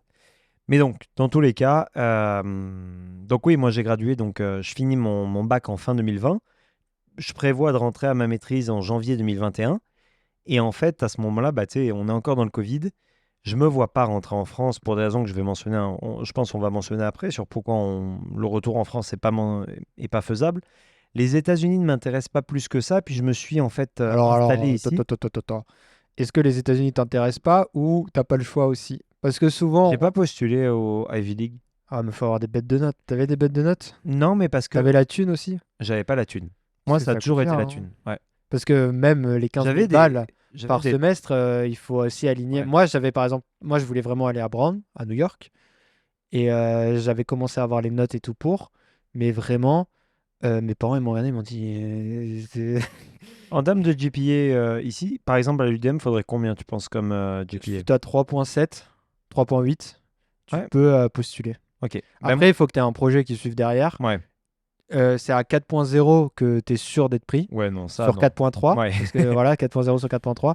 Mais si tu as 3,7, tu peux postuler. Et après, ça dépend si tu as un prof qui va bien sûr. soutenir, Ouais, etc., etc. Mais moi, mes parents m'avaient clairement dit, au niveau de la thune, regarde le loyer à bah, New c'est ça. York, c'est terminé, la bouffe, c'est terminé. Enfin, c'est genre, c'est... Voilà. Donc, Moi, c'est j'étais pour... peut-être un légèrement en dessous. Je crois que j'étais à 3,65 au niveau de la GPA Ok. du bac. Il y avait l'aspect financier où je me disais aussi quel intérêt d'investir autant d'argent pour quelque chose où, je sais pas, j'ai pas vu de finalité. On était pendant le Ouais. Covid et il y avait un sentiment, je pense, pendant le Covid où il y a du très court-termisme. Oui. Où je me disais qu'est-ce que je veux là tout de suite, qu'est-ce que ça va m'apporter tout de suite, qu'est-ce que ça va changer dans ma vie là tout de suite. Les États-Unis à ce moment-là n'étaient pas en période de sainteté. Hein, en 2020, on était encore dans la période Trump, si je me souviens Mhm. pas, Ouais. que je me souviens bien. Jusqu'en novembre 2020, je crois. C'est ça. Donc, comme, je sais pas, j'ai eu un repli naturel un peu sur moi. Ici, je suis installé, j'ai mon appart, j'ai pas mal de choses, j'ai ma copine et tout. Et donc, du coup, je pense que je me suis dit, la maîtrise ici me permet d'être dans une continuité. Et en plus, la maîtrise en affaires publiques et internationales de l'Université de Montréal est extrêmement bien cotée en tant que maîtrise de sciences politiques pratiques. Et donc, du coup, ça me permettait de faire un stage pendant ma maîtrise, ce qui me disait que bon, bah, j'aurais un petit peu d'expérience en plus. Je préférais ça plutôt que le mémoire, donc tout s'alignait un petit peu vers ça. J'avais aussi postulé pour la maîtrise en études internationales. Et fun fact, j'ai été accepté à la maîtrise en études internationales très rapidement, mais en affaires publiques, ça a pris un temps incroyable. Et là, je me disais, mince, j'arrive vers la limite Hmm. de l'acceptation de, tu sais, il te donne un jour limite pour Ouais. accepter. Je suis la veille, j'ai toujours pas de nouvelles d'affaires publiques, de refus ou d'acceptation. Je vais pour envoyer un email à la personne en charge de ça. Je suis forward directement vers le directeur de la maîtrise qui me dit tu peux me renvoyer ton CV ou un truc comme ça. J'envoie mon CV, mais dans les 10 minutes qui suivent la réception du mail. 20 minutes plus tard, je suis accepté en mail informel du directeur du programme. Genre, ouais, bah c'est bon, il n'y a pas de problème, tu peux venir. Et je pense qu'avec la Covid, ils avaient deux, trois problèmes administratifs Ah ouais, non, c'était par-ci, grave. par-là. Et du coup, bah ouais, c'était plus pratique pour moi de rester dans cette maîtrise plutôt que retourner en France où on le mentionnera plus tard, mais déjà les masters en France, c'est un gros problème en ce moment déjà de rentrer dans des masters. Les périodes n'allaient pas parce que moi je graduais donc en décembre. Ah, c'est vrai que toi, t'es décalé par rapport au Et reste, oui. ouais. Donc ça m'aurait obligé de revenir, de rentrer à Paris ou Lyon ou Bordeaux, parce qu'au final aujourd'hui voilà. J'envisageais Strasbourg et Bruxelles aussi pour la carrière européenne, mais je t'avoue qu'avec le Covid, j'ai juste pensé Ouais. confort, court-termisme et proximité. Non, mais ça, je comprends. Effectivement, le Covid a quand même rebâti les cartes parce que la seule fois de ma vie où je me suis posé la question de est-ce que je rentre en France ou pas, c'était durant le Covid. Parce que moi, j'avais gradué. J'ai Ouais. gradué en mai 2020. Donc, on Donc était dans... juste au moment, C'est ça, on était en plein dedans. Et donc, à ce moment-là, on n'est plus étudiant, donc il faut faire des renouvellements de permis. Donc, j'ai dû demander mon permis de travail post-diplôme. Et en fait, c'est un permis qui t'est octroyé une fois que tu as diplômé en fonction de ton diplôme. Mais sauf que l'administration a mis énormément de temps à me répondre. Et en fait, quand ton ancien statut est expiré, si tu as une demande en cours, tu es ce qu'on appelle en statut implicite, c'est-à-dire que tu conserves le droit de ton permis d'avant. Mais n'étant plus étudiant, je peux pas me réinscrire à quelque chose et donc je pouvais juste travailler. En gros, c'était ça. Donc je me suis retrouvé à travailler dans une usine de bonbons, Ah à ouais. emballer des bonbons toute la journée, 40 heures par semaine. Pas que j'avais une passion pour le sucre, mais uniquement parce que, en À fait, vous, t'as tapé dans les bonbons des de fois. fond. Surtout vers 11 heures, j'avais trop faim. Et en fait, le seul truc, c'est que va faire comprendre à un employeur que t'as pas de papier, mais que c'est chill, il peut t'embaucher, que t'es diplômé. Genre, en gros, Bah, tant que maintenant qu'il y a j'avais la pas. pénurie de main-d'œuvre, oui, mais à l'époque, Ouais, à pas trop, l'époque, ouais. non. Puis tu sais, genre, donc j'étais un peu en mode, ok, j'ai pas de permis, je fais un travail de merde. Enfin, je fais un travail difficile en tout cas. C'est 40 heures semaine, j'ai fait 5 ans d'études, mes parents ont investi des milliers de dollars. Enfin, franchement, je vois pas qu'est-ce que je fais ici, quoi, vraiment honnêtement. En plus, les perspectives pour avoir le Graal qui s'appelle la résidence permanente, était complexe parce qu'il y avait une réforme qu'on a parlé dans Culture et Migration. D'ailleurs, je vous invite Allez à le voir. écouter Ouais, très bien. ce podcast-là. Il y avait une réforme où c'était encore plus dur d'avoir, c'est-à-dire qu'il fallait travailler dans son domaine pour pouvoir prétendre à la résidence permanente. Donc moi, j'étais en train de travailler 40 heures semaine dans un domaine qui n'avait rien à voir, qui n'était pas qualifié au sens de l'immigration. Donc je suis en mode, bah super. Et j'avais contacté des anciennes connaissances qui étaient sur Paris ou des trucs comme ça en leur disant, ouais, si je te fais passer mon CV, etc.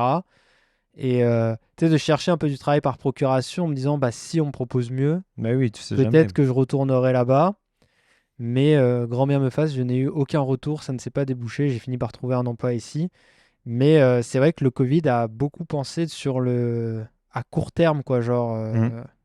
effectivement, j'ai pas beaucoup d'options. Qu'est-ce que je fais avec ça? Ouais, puis surtout qu'ici, il y a eu une grande phase de retour. Alors justement, en mars-avril 2020, il y a eu une énorme phase de retour de Français en France, en tout cas ici au Québec, où moi je me Et je rappelle pense que tous c'est ceux dans qui tous les pays étaient en vrai, hein. sûrement, mais comme Montréal est une grande place où il y a énormément de Français, Oui. c'est vrai, et moi je le vois dans notre programme, études internationales, où il y avait beaucoup de Français Ah oui, parce que du... toi, tu étais encore aux études. Et Moi, oui, j'étais j'étais en encore en bac. rédaction, donc j'étais enfermé chez Et moi. oui. Je voyais pas grand monde, je voyais que mes amis.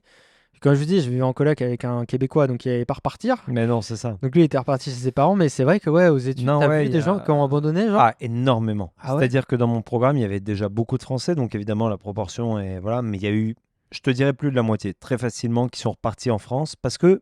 Mais pour suivre quand même les cours à Et oui, oui, distance. oui, pour suivre les cours à distance, Ok. dès qu'il y a eu cette option qui a été donnée, en plus, il y a eu une époque où il y avait l'appel de l'ambassade, où tu pouvais rentrer au pays de manière beaucoup plus facile, etc. Donc, il y en a énormément qui ont pris cette bouée de sauvetage, parce que je pense qu'il y a aussi l'idée de se dire qu'il y a beaucoup de Français qui ne se visualisent pas ici plus longtemps que les études. Et là, ça permettait aussi, tu sais, on était en fin de troisième année. Donc, tous ceux Hmm. qui étaient dans mon programme ont dit, ben voilà, pour moi, le Québec, ça allait finir dans 4 mois. Bon, bah voilà, ça finit un peu plus tôt, mais de toute façon, c'est le Covid, donc qu'est-ce que ça va changer? Et je me rappelle, ils ont vidé leurs appartes en 3 jours, ils se sont barrés.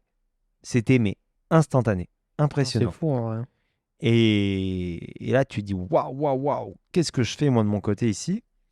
Quelles sont mes motivations pour rester? Parce que finalement, bah, c'est pas les motivations pour partir, c'est les motivations pour rester aussi que tu cherches. Et je pense qu'il y a un petit travail d'introspection personnelle, mais il y a aussi le fait de se dire bah, qu'est-ce que je veux dans la vie, quel genre de marché du travail je veux intégrer. Et ça aussi, on peut en parler. Le marché du travail ici nous a permis, toi comme moi, d'avoir des jobs étudiantes qui étaient pas Ouais. glorieuses, là, qu'on va pas mettre sur Non, ça, LinkedIn, c'est mais un qui autre étaient... concept. Moi, j'ai tout mis sur LinkedIn. Mais c'est Ah ouais? c'est un autre concept aussi que ici, en fait, ton permis d'études te permet de travailler 20 heures par semaine hors campus, quand vous avez un permis, et autant d'heures que vous voulez sur le campus. Et ici, il y a quand même une culture. En fait, le code du travail n'existe pas, ou en tout cas, il tient sur une serviette de restaurant. C'est-à-dire que vous pouvez vous faire embaucher, slash vous faire virer très vite. Moi, mon premier contrat de travail, je l'ai eu au bout de mon 5e emploi. C'est-à-dire que vraiment, c'est juste, ah ok, bah tu viens demain à 8 heures et si t'es là, en fait, t'es employé et ça marche comme ça, genre. Exactement Mais pareil. tu peux te faire virer comme tu te fais engager aussi vite. Ça marche dans les deux sens. Donc toi, tu peux te barrer aussi vite que ce que tu es employé. Donc dans un marché très flexible, ça fonctionne bien. Et les étudiants sont un peu dans cette vibe-là. Ils savent que le marché étudiant est très flexible. Donc il y a beaucoup d'étudiants qui bossent ici, des Québécois. Et il y a beaucoup de gens qui sont prêts à engager des étudiants aussi parce que c'est pas chiant de les virer. Mettons, s'ils travaillent là 8 mois, bah, ils travaillent là 8 mois. Puis après, il n'y a pas de... C'est beaucoup moins compliqué qu'en France parce qu'il n'y a pas de contrat à proprement parler. Et donc voilà, donc on a vraiment... La majorité des gens ici bossent durant leurs études à raison de Ouais. 15-20 heures semaine. Puis pendant l'été, Mais tu peux bosser les 40 ouais, heures. pendant les vacances scolaires officielles, tu peux bosser autant d'heures que tu veux. Pour donner un aperçu, toi, c'était quel genre de boulot que tu as eu ici Moi, j'ai fait plein de trucs. Tu as fait café? J'ai fait barista. Ouais. J'ai fait les gens qui appellent des gens chez eux pour C'est demander de vrai, l'argent pour j'avais un fait ça. organisme environnemental. Bah, J'ai qu'on peut nommer parce qu'on l'adore. Oui, Équiterre. Équiterre, Voilà, donnez-leur. si vous pouvez. En tout cas, sachez que si vous donnez 20 $ par mois à Équiterre, c'est comme si au lieu d'acheter un pichet en boîte ou en soirée, vous donnez de l'argent pour un organisme environnemental. Voilà, c'était un argument que j'avais Non, qui mais marchait totalement. Non, non, mais généralement je te avec les soutiens. gens. J'ai fait ça, barista, j'ai fait beaucoup de fois barista. J'ai fait plongeur aussi. Ah, t'as fait plongeur, dans ça? un resto. Waouh. J'ai fini par vite abandonner sa plongeur parce que je faisais le chiffre de 23h à 4h du matin, puis t'as envie de Ah oui, te d'accord. flinguer très vite. Non, mais tu fais un peu de tout. Mais principalement, moi, j'avais trouvé la douille des cafés. Parce que les Ouais, cafés, t'es plutôt bien payé, c'est quand même assez tranquille, t'as c'est le pas type. trop fatigant. T'as le tips aussi. Et tu travailles dans des horaires entre, mettons, le plus tôt du plus tôt, c'est 6h du matin. Et si tu commences à 6h, tu finis à midi, quoi. Donc, Ouais, voilà. Et sinon, les horaires même d'un café en général, sur toute ouverture, c'est 6h, 17h. oui, c'est Donc, ça. t'es pas explosé. Et en vrai, c'est terrible de commencer à 6h du matin, mais quand tu finis à midi, bah, en fait, t'as encore toute l'après-midi pour travailler ou faire des trucs ou aller en cours. Mais je pense que c'est ça. Donc, tout le monde bosse. Donc, ça, c'est bien aussi. Ouais. Et je trouve que toi, t'as bossé aussi dans des. Moi, j'ai bossé surtout l'été, mais l'été, je revenais en France. Donc, à chaque fois, j'avais les stages un petit peu. Je travaillais plus. Ouais, j'ai plus travaillé en France pour le coup. Je travaillais ouais, dans des institutions, palais de justice, communauté de communes. Mais ici au Québec, c'était la quincaillerie. Je travaillais à BMR pendant tout un été.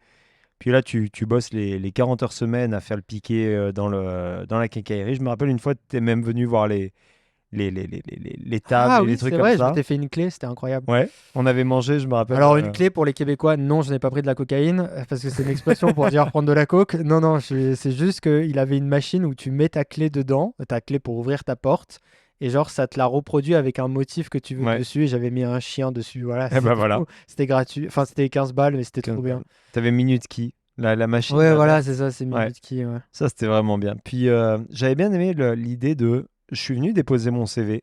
Je me Ouais, rappelle, ça m'a pris littéralement 3 jours. C'est-à-dire, je suis allé déposer mon CV à Best Buy, qui est l'équivalent de la Fnac, à Decathlon, à Samsung et à BMR, qui est la quincaillerie. J'ai mal postulé à Best Buy. À Decathlon, ils ont mis trop longtemps pour répondre. À Samsung, ils cherchaient un étudiant, bah, pas un étudiant, parce que nous, on doit retourner aux 20 heures quand on est pendant ouais. les études. À BMR, le gars est venu, c'était un Français, en plus un Breton. Il m'a dit, OK, on était le jeudi.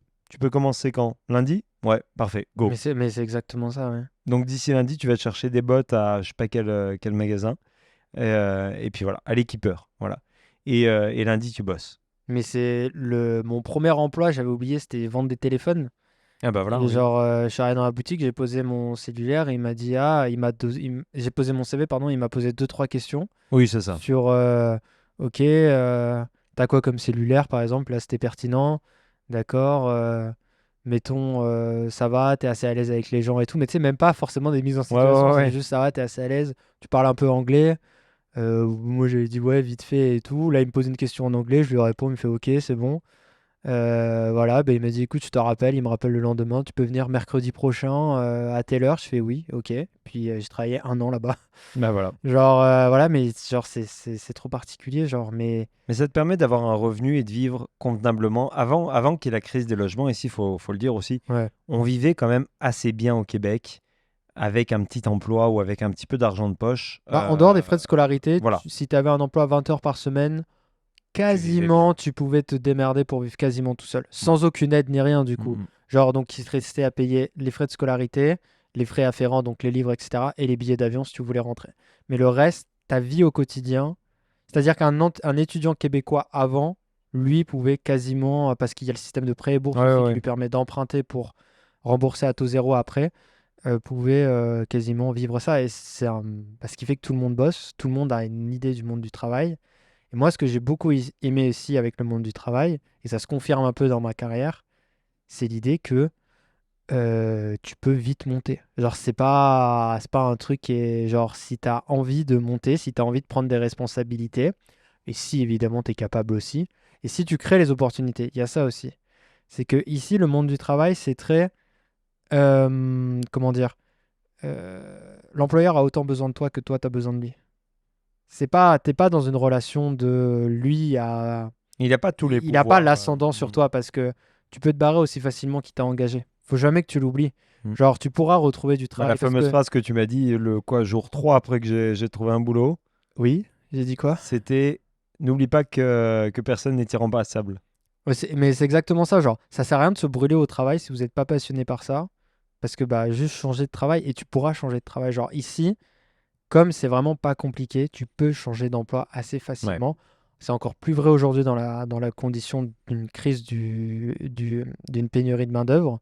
Mais même avant ça, genre en vrai, genre, tu peux, aussi bien qu'à l'université, tu peux saisir les opportunités, tu peux faire la même chose dans le monde du travail. Mm. Et ça, moi, je vois mes amis en France qui sont restés. Ouah, le Graal, c'est d'avoir un CDD là. Non, un CDI, Un pardon. CDI, ouais. Ici, tu CDI. as le CDI de base, Ouais. mais tu peux être viré demain. Ouais, mais tu vas retrouver aussi du travail assez Oui, oui, rapidement. mais ce que je veux dire, c'est que moi, mon premier emploi, ça Le a été plus un dur, c'est CDI. d'avoir le premier emploi. Moi, je trouve. Ah oui? Ouais, parce qu'une fois que tu as le premier, Oui, tu es mais ici, tu qualifié as le après sur le réseau. monde du travail. Ici, moi, je vois, j'ai eu mon premier emploi 1 mois et demi après avoir. En fait, j'ai gradué en décembre, enfin en novembre, genre. J'ai pris un peu de temps en décembre pour créer ma boîte, entre guillemets, mon Ouais. association.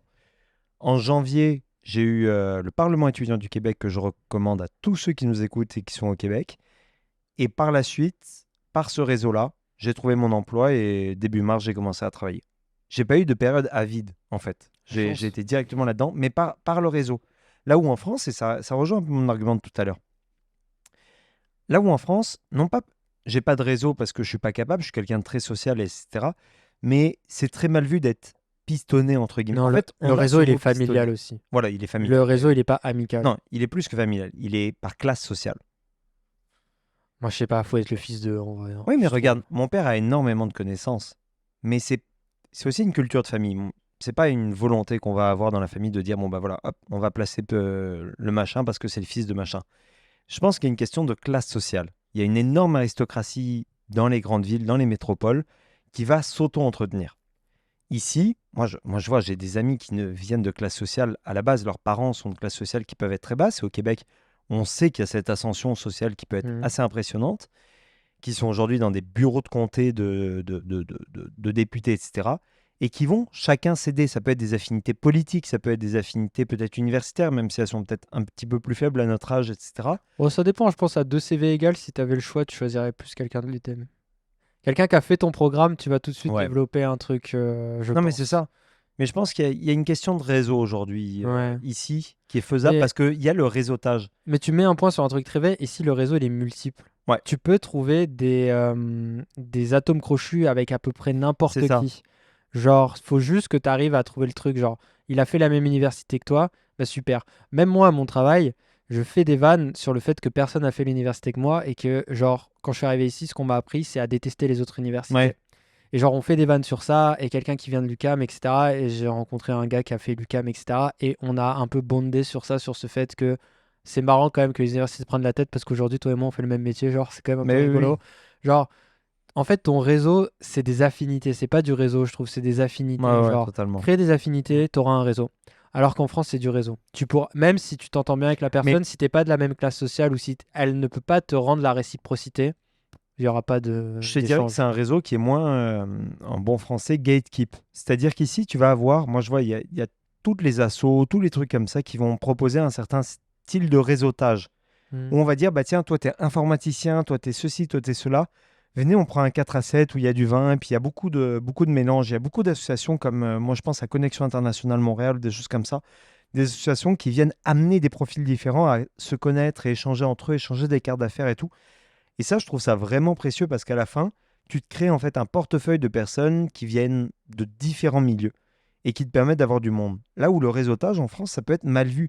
Tu sais, moi, j'ai jamais vu dans un événement en France réseautage. J'ai vu beaucoup de différences parmi les gens. Et c'est ce qui, je pense, m'embêterait. C'est-à-dire que si demain je viens à revenir en France, j'ai pas forcément un réseau très établi. Ou alors c'est des Français que j'ai connus ici qui sont revenus en Ouais, c'est France. plus ça, ouais. Mais à établir un réseau en France, ça me ferait un peu peur aujourd'hui, tu vois. Il y aurait cette idée, cette rétention, je me dirais, j'ai pas forcément cette accessibilité comme j'ai ici. Mais je pense, ouais, c'est vrai que c'est. Mais même sans accessibilité, c'est. Je sais pas, puis je trouve que ici il y a aussi un concept que moi, dans mes amis proches, très proches, ils font pas la même chose. C'est pas des gens qui viennent des mêmes Hmm. classes sociales, ils font pas les mêmes métiers que moi. Ils sont pas tous en Sciences Po, ils ont pas tous fait ça, ils ont pas forcément tous fait des études supérieures, etc. où je trouve que en France, souvent, bah, je vois mon groupe d'amis en France, ils ont tous fait à peu près la même chose. Ah ouais? Genre, ils ont à peu près tous le même niveau d'éducation. C'est-à-dire, ils sont tous universitaires. Après, c'est est-ce que tu as fait une maîtrise ou pas. Mais tu sais, ils ont tous gradué de ça. Et ils sont tous à peu près passés par les mêmes trucs. Et il y a quand même assez une uniformité qui se dégage au sein de ce Ouais. groupe-là, tu vois. Et même Ouais. s'il y en a qui ont varié, tu vois, parce que on s'est tous solidifiés parce qu'on a tous fait droit. Et après, il y en a, ils ont fait philo, il y en a, ils ont fait de l'art, ils ont fait des trucs comme ça, etc. Mais tu vois, il y a un peu un contexte de on s'est tous rencontrés au même truc, puis finalement, on a tous continué l'université, etc. Et bah, je trouve que ici, il y a beaucoup plus de gens qui n'ont pas forcément à voir avec ce que j'ai fait. Et je trouve que bah, c'est pour le ciment social, c'est quand même assez important. Parce que ça te sort un peu, t'es en train de te pisser dessus là, je pense. Je sais pas Non, si non. ça s'entend, mais c'est juste verser un verre d'eau. Je me suis versé un verre d'eau dans une canette de bière. Mais genre, je trouve que c'est quand même assez important. Et ce qui fait que je trouve que tu as moins de jugement aussi quand tu rencontres quelqu'un qui va te dire je suis Ah, beaucoup, plombier. oui. Totalement. Je sais pas, tu vas dire ah bah écoute, je trouve que la question rapidement que quand tu rencontres quelqu'un qui est pas dans ta classe sociale, parce qu'il y a quand même des classes sociales, on va pas se mentir, c'est de dire eh, est-ce que ça te plaît ce que tu fais? Ouais. Et si la personne te dit je suis trop heureux de faire ça, bah tu vas dire ok, bah parle-moi en plus. Oui, Parce parce que qu'il là, y a... je vais citer un grand truc. Quand quelqu'un est passionné, il est passionnant. Ouais. Mais c'est un peu vrai, tu vois. Non, mais Mais tu totalement. sais, genre le mec, il est Demande à meunier. quelqu'un de te raconter son métier. Et tu Moi, vas j'ai un voir pote, il est le... encadreur et il t'en parle, il a des étoiles dans les yeux. Il écoute les podcasts, je pense. Donc, souvent, il te parle de son métier et tout. Et genre, vraiment, je me suis rendu compte, premièrement, que je connaissais rien à l'encadrement. Il parlait des types de bois et tout. Je suis en mode, ce n'est pas marqué sur la fiche Ikea des bois que j'achète. Et genre, il adore ça, genre. Et je suis en mode, c'est fou. Parce que jamais dans ma vie personnelle, dans mon contexte universitaire, j'aurais pu rencontrer des gens comme ça. Ouais. Et c'est quand même quelqu'un que j'apprécie énormément, tu vois. Et je suis en mode, mais c'est trop bien, tu vois. Et genre, il n'y a pas de gradation entre mon métier et le sien. C'est vraiment juste, toi, tu kiffes ce que tu fais, ouais. Tu kiffes ce que je fais, ouais. Ben, viens, on parle, on boit des bières et on en parle. Ouais. Mais genre, il n'y a Bah pas oui. de. Il est pas mieux que moi, je suis pas mieux que lui, tu vois. Donc, c'est Parce qu'il y que. a cette acceptation aussi de fais ce que tu as envie de faire. Donc, si tu es là-dedans, c'est pas parce que tu as, entre guillemets, comme on entend un peu beaucoup, tu l'as choisi ou tu as mal travaillé. Ouais. Tu vois, tu es là-dedans parce que tu as choisi de l'être et le marché du travail étant assez flexible, c'est pas ultra facile d'être PDG demain, hein, on dit pas ça. Non, vraiment pas. Mais l'idée est, en tout cas parce qu'on fonctionne par idée, hein, à la fin, c'est ça aussi qui fait ou pas les rêves et la motivation. L'idée est que tu fais ce que tu as envie de faire, pas ce dont tu as besoin. Hmm. Et c'est pour ça, moi j'en vois plein qui prennent des pauses, qui reviennent aux études, qui pas mal de choses. Moi, j'envisage éventuellement de revenir faire un programme d'études en médiation, etc., des choses comme ça, où tu te dis, ben oui, parce que je veux pas être jugé derrière, parce que finalement ça va m'apporter, c'est mon parcours personnel. Et c'est peut-être ça où l'Amérique du Nord, un peu néolibérale, qui a cette idée de bon, bah, c'est toi et toi-même vis-à-vis du reste, est bénéfique. C'est-à-dire que bon, bah, tu vas t'apporter des améliorations à toi. Et si tu as besoin de faire ce job où tu vas cruncher pendant des heures et des heures, si tu vois un intérêt personnel et si tu te dis, bon, bah voilà, j'ai un motif derrière, bah vas-y, fonce. Mais sois heureux à la fin. Ah non, mais Et moi, cette limite. à un moment, j'ai zéro van, j'ai supposé l'idée de tout claquer pour aller faire l'ITHQ. Donc, l'école Ah, bien. De pour faire. tourisme et hôtellerie du Québec. Ouais, pour faire le programme de pâtissier. De pâtissier. Ah Parce oui. que j'adore la pâtisserie et j'ai toujours voulu l'apprendre et je me suis dit, mais en vrai, et c'est ça, c'est que t'en reviens à ça, c'est que tu te dis, mais en vrai, si t'aimes pas tant ton métier, juste va faire ce qui t'intéresse. Ouais. Le seul obstacle que tu auras face à toi, c'est l'aspect financier. Mais ce qui est très bien au Québec, c'est que souvent, c'est ça que je parlais tout à l'heure, c'est les prêts et bourses quand tu es résident permanent ou citoyen canadien. Ça marche pour les résidents permanents aussi? Ouais, tu Ah. peux emprunter donc à taux zéro, c'est-à-dire tu vas emprunter, on va dire, 7 000 $ à l'État. Et après, tu as, voilà, faudra confirmer, mais tu as un certain nombre de temps après la graduation de ton diplôme pour rembourser cet argent-là. Donc, tu empruntes 7 000 $, tu as 2 ans pour rembourser 7 000 $. Sauf que techniquement, quand tu es diplômé, tu vas notamment gagner plus de 7 000 $ par an. Donc il y a ce côté que même l'aspect financier est pas forcément un obstacle, même si j'en conçois, bien évidemment, ça va le rester Mais oui, pour bien sûr. bien d'enjeux. Énormément de monde. Et c'est pas même juste le fait d'avoir, même si tes frais de scolarité sont pris, il reste qu'il y a le coût de la vie en général, il y a plein d'enjeux, etc. Mais rapidement, tu te dis, ok, fondamentalement, c'est quoi qui me retient de faire ça? Ouais. Genre, et quand t'as enlevé, ouais, c'est toi en fait. Mais c'est Souvent. ça aussi.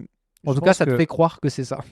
en France, ce qui m'avait bloqué, c'est que je suis rapidement allé sur un truc où on m'a dit, bon, bah, regarde aussi combien ça coûte à Montréal. Et puis là, il faut prendre les chiffres de 2016. Et évidemment, la guerre en Ukraine a changé beaucoup de choses pour tout le monde. Et c'est pour ça que je parle de l'époque, parce qu'on va revenir, je l'espère, à un moment à une normale, bien qu'elle soit différente à une normale.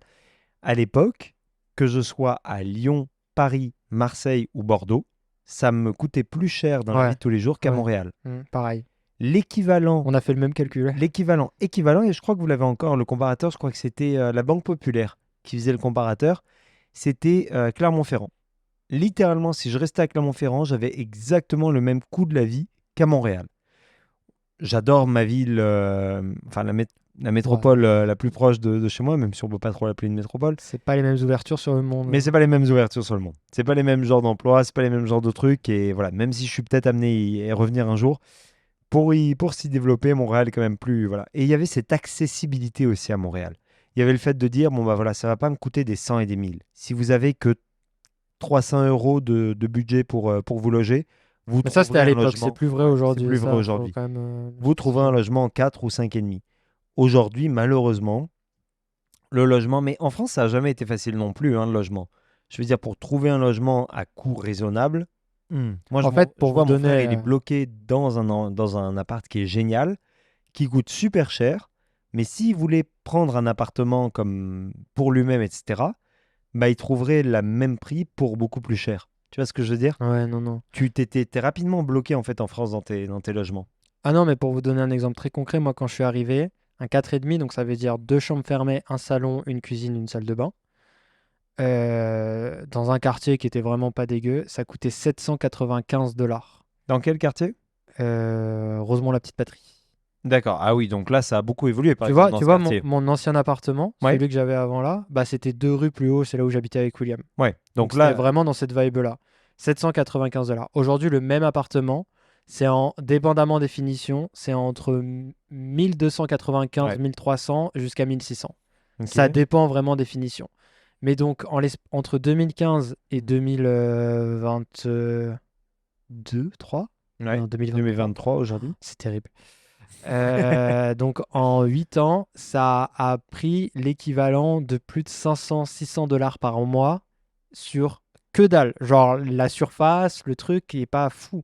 Tout est pareil. Donc voilà qu'on dit que ça a quand même énormément évolué et ça a changé. Et à titre de comparaison, par exemple à Snowdon, donc qui est un Ouais, quartier beaucoup plus étudiant et ouais, familial qui est et des plus choses comme populaire ça, aussi. beaucoup plus populaire, vous payez combien à deux? Le 4,5 qu'on avait, il coûtait 1000. Non, il était 980, je crois. Donc 4,5 pour la 990. France, c'est un T5, je crois. Donc c'est Ouais, deux chambres, une salle à manger et une cuisine indépendante. ouais. Et Mais une salle de bain. le salon était tellement grand que c'était un salon double en fait. En gros, c'était un Ouais. salon double, deux chambres fermées, une salle de bain et une cuisine. Bon, c'est un salon, mais c'est Oui, juste que vous l'aviez rendu en double. bon, il était très grand aussi pour ça. Ouais, il était trop bien votre salon. Mais Mais ça, c'est combien donc 980, 990. 980, oui. On était juste en dessous des Parce 1000. que ouais, mais en plus vous étiez à un très bon endroit, près de la station Bah, de par rapport métro à et tout. l'université, ouais. Voilà. C'était vraiment bien. Ça, c'était quand même un bon prix, je veux dire, en Ouais. euros. À l'époque, Mais on ça, arrivait à c'était peu près juste à avant quoi, le Covid. 750 euros à deux, Ouais. ultra bien placé. Oui. Voilà. Mais ça, c'était juste avant le Covid, comme je Voilà. disais. Donc, après, tout a explosé en vrai. Aujourd'hui, c'est moins vrai. Mais je sais pas, je me tiens pas assez au courant du prix de l'immobilier en France. Mais probablement que ça a dû augmenter de fou Ah, en aussi. France, Donc, ça coûte très cher. rationnellement, le taux de différence doit pas être si plus grand que ça. Mais tout doit juste être plus cher. Même à Donc, Clermont-Ferrand, même dans des villes aujourd'hui, c'est pas moyennes, mieux, c'est c'est moins très cher. pire de venir Ouais. ici, je pense. Non, ici, c'est faisable, mais je pense pas qu'aujourd'hui, tu t'en sors sans boulot étudiant. Non, mais je pense aujourd'hui, il y a le coût émotionnel. Les gens avec le Covid, peut-être, se sont rendus compte aussi. De se Ouais. dire, ah putain, d'être si loin, Mm. qu'est-ce qui se passe? Parce que vraiment, le fait qu'ils aient fermé les frontières, ça a été un coup, hein. Dans le sens Mm. de se dire, ah, mais on peut plus repartir. Genre, physiquement, on peut. Enfin, il n'y a plus d'avion, en fait. Mm. Et peut-être pour arriver vers une fin, c'est quoi pour toi ta perspective éventuellement par la suite? C'est-à-dire, pas forcément, tu sais, peut-être demain tu repartiras, là, tu sais, on sait jamais, mais comme, c'est quoi aujourd'hui ce que tu te prévois et pourquoi tu te prévois si tu prévois de partir ou de rester, c'est pourquoi? Bah, en vrai, c'est un peu un truc que maintenant je suis tellement investi ici que plus ça va avancer, plus je n'aurai que des effets négatifs à rentrer. C'est-à-dire que j'ai de plus en plus d'amis ici, j'ai de plus en plus de connaissances ici, tout mon réseau il est ici. Tu sais, trouver un appartement ici c'est moins compliqué, avoir un prêt à la banque ici c'est moins compliqué. Moi, faut vous dire, j'ai même pas de carte vitale en France. Genre, j'ai un compte qui existe à Boursorama qui ne sert à rien, dans lequel j'ai 30 euros au cas où. Genre, j'ai pas un euro. Genre, rentrer en France, pour moi, c'est comme si je suis un touriste canadien dans le sens que j'ai pas d'euros physiquement, tu vois. Si mes parents me donnent T'as pas que ta d'argent, carte d'identité finalement qui est encore qui va ton expirer dans passeport. pas longtemps. Ah, bon courage. Donc, mais j'ai la carte d'identité, je sais même pas si je vais la refaire. Vraiment, Ah, je me refais-le pose au la cas où. question. Toujours utile. Mais donc, c'est vrai que tant que j'ai pas la nationalité, je me dis il y a une possibilité de retour parce que ça peut être un retour obligatoire, mais ça reste, tu sais, l'endroit de rattachement principal. Mais en vrai, euh, pour moi, tout est beaucoup plus compliqué de retourner en France que de rester ici, quoi qu'il arrive, même si c'est la galère, etc. C'est comme quelqu'un qui a 35 ans, j'ai pas 35 ans, mais quelqu'un qui a 35 ans en France, qui a des problèmes, ses problèmes seront moins pires en France que s'il allait même au Québec, s'il n'a pas de connaissances, etc. Tu vois. Ici même, tu sais, après tu développes des réseaux de tout, n'importe quoi, tu vois. Mais même ça va du coiffeur à avoir un avocat. Tout est plus simple pour moi ici.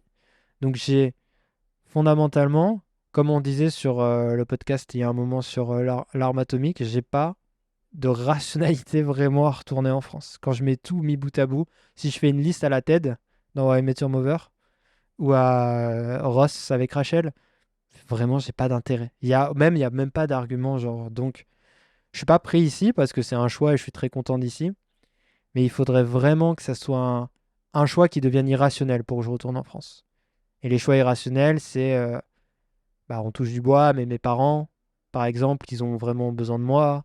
C'est la personne avec qui je partage ma vie qui doit retourner en Europe aussi. C'est genre, c'est pas un choix que je vais faire consciemment, tu vois. Il y a aucun moment parce que j'ai trop investi ici, ça a entre guillemets trop bien marché, dans le sens j'ai trop d'attaches pour vraiment me dire. Et je l'ai vu pendant le Covid, en vrai, j'avais pas, peu importe ce qu'il arrivait, enfin, c'était plus simple de rester ici pendant le Covid Mais que oui. retourner en Europe. Mhm. Donc j'ai pas vraiment fondamentalement d'intérêt. Et c'est un choix qui est très conscient et qui est très heureux, tu vois. Et je pense plus ça va aller, plus ça va empirer, entre guillemets, ça dépend de comment on le voit, mais moi, ça va être mieux. Plus ça va être mieux, plus j'aurai, tu sais, genre, c'est trop tard, entre guillemets. Donc j'ai vraiment fait une assimilation, une transition, vous appelez ça comme vous voulez, au complet. Mais je te dis, moi, je Une veux... intégration. Tu sais que la dernière fois que je suis rentré en France, je suis allé chez le médecin, j'ai dû demander un papier au médecin que j'ai la certification pour me faire rembourser le truc par la RAMQ. Oui, parce que tu n'as La plus RAMQ, d'assurance c'est maladie ici. la Enfin, carte en vitale France. c'est la carte vitale québécoise en gros. Donc même quand je vais en France, je me fais soigner par l'État québécois. Ah bah Après, oui, non, mais ça, c'est les à accords juste titre, France-Québec. Après, c'est différent. j'ai jamais payé d'impôts en France, j'ai payé tous mes impôts Oui, ici. voilà. Donc moi, tu sais, genre en termes d'État, j'ai donné plus d'argent au Québec que ce que j'ai donné à la France, mais tu sais, dans l'absolu, même maintenant, puis maintenant, je trouve, je finirai sur ça.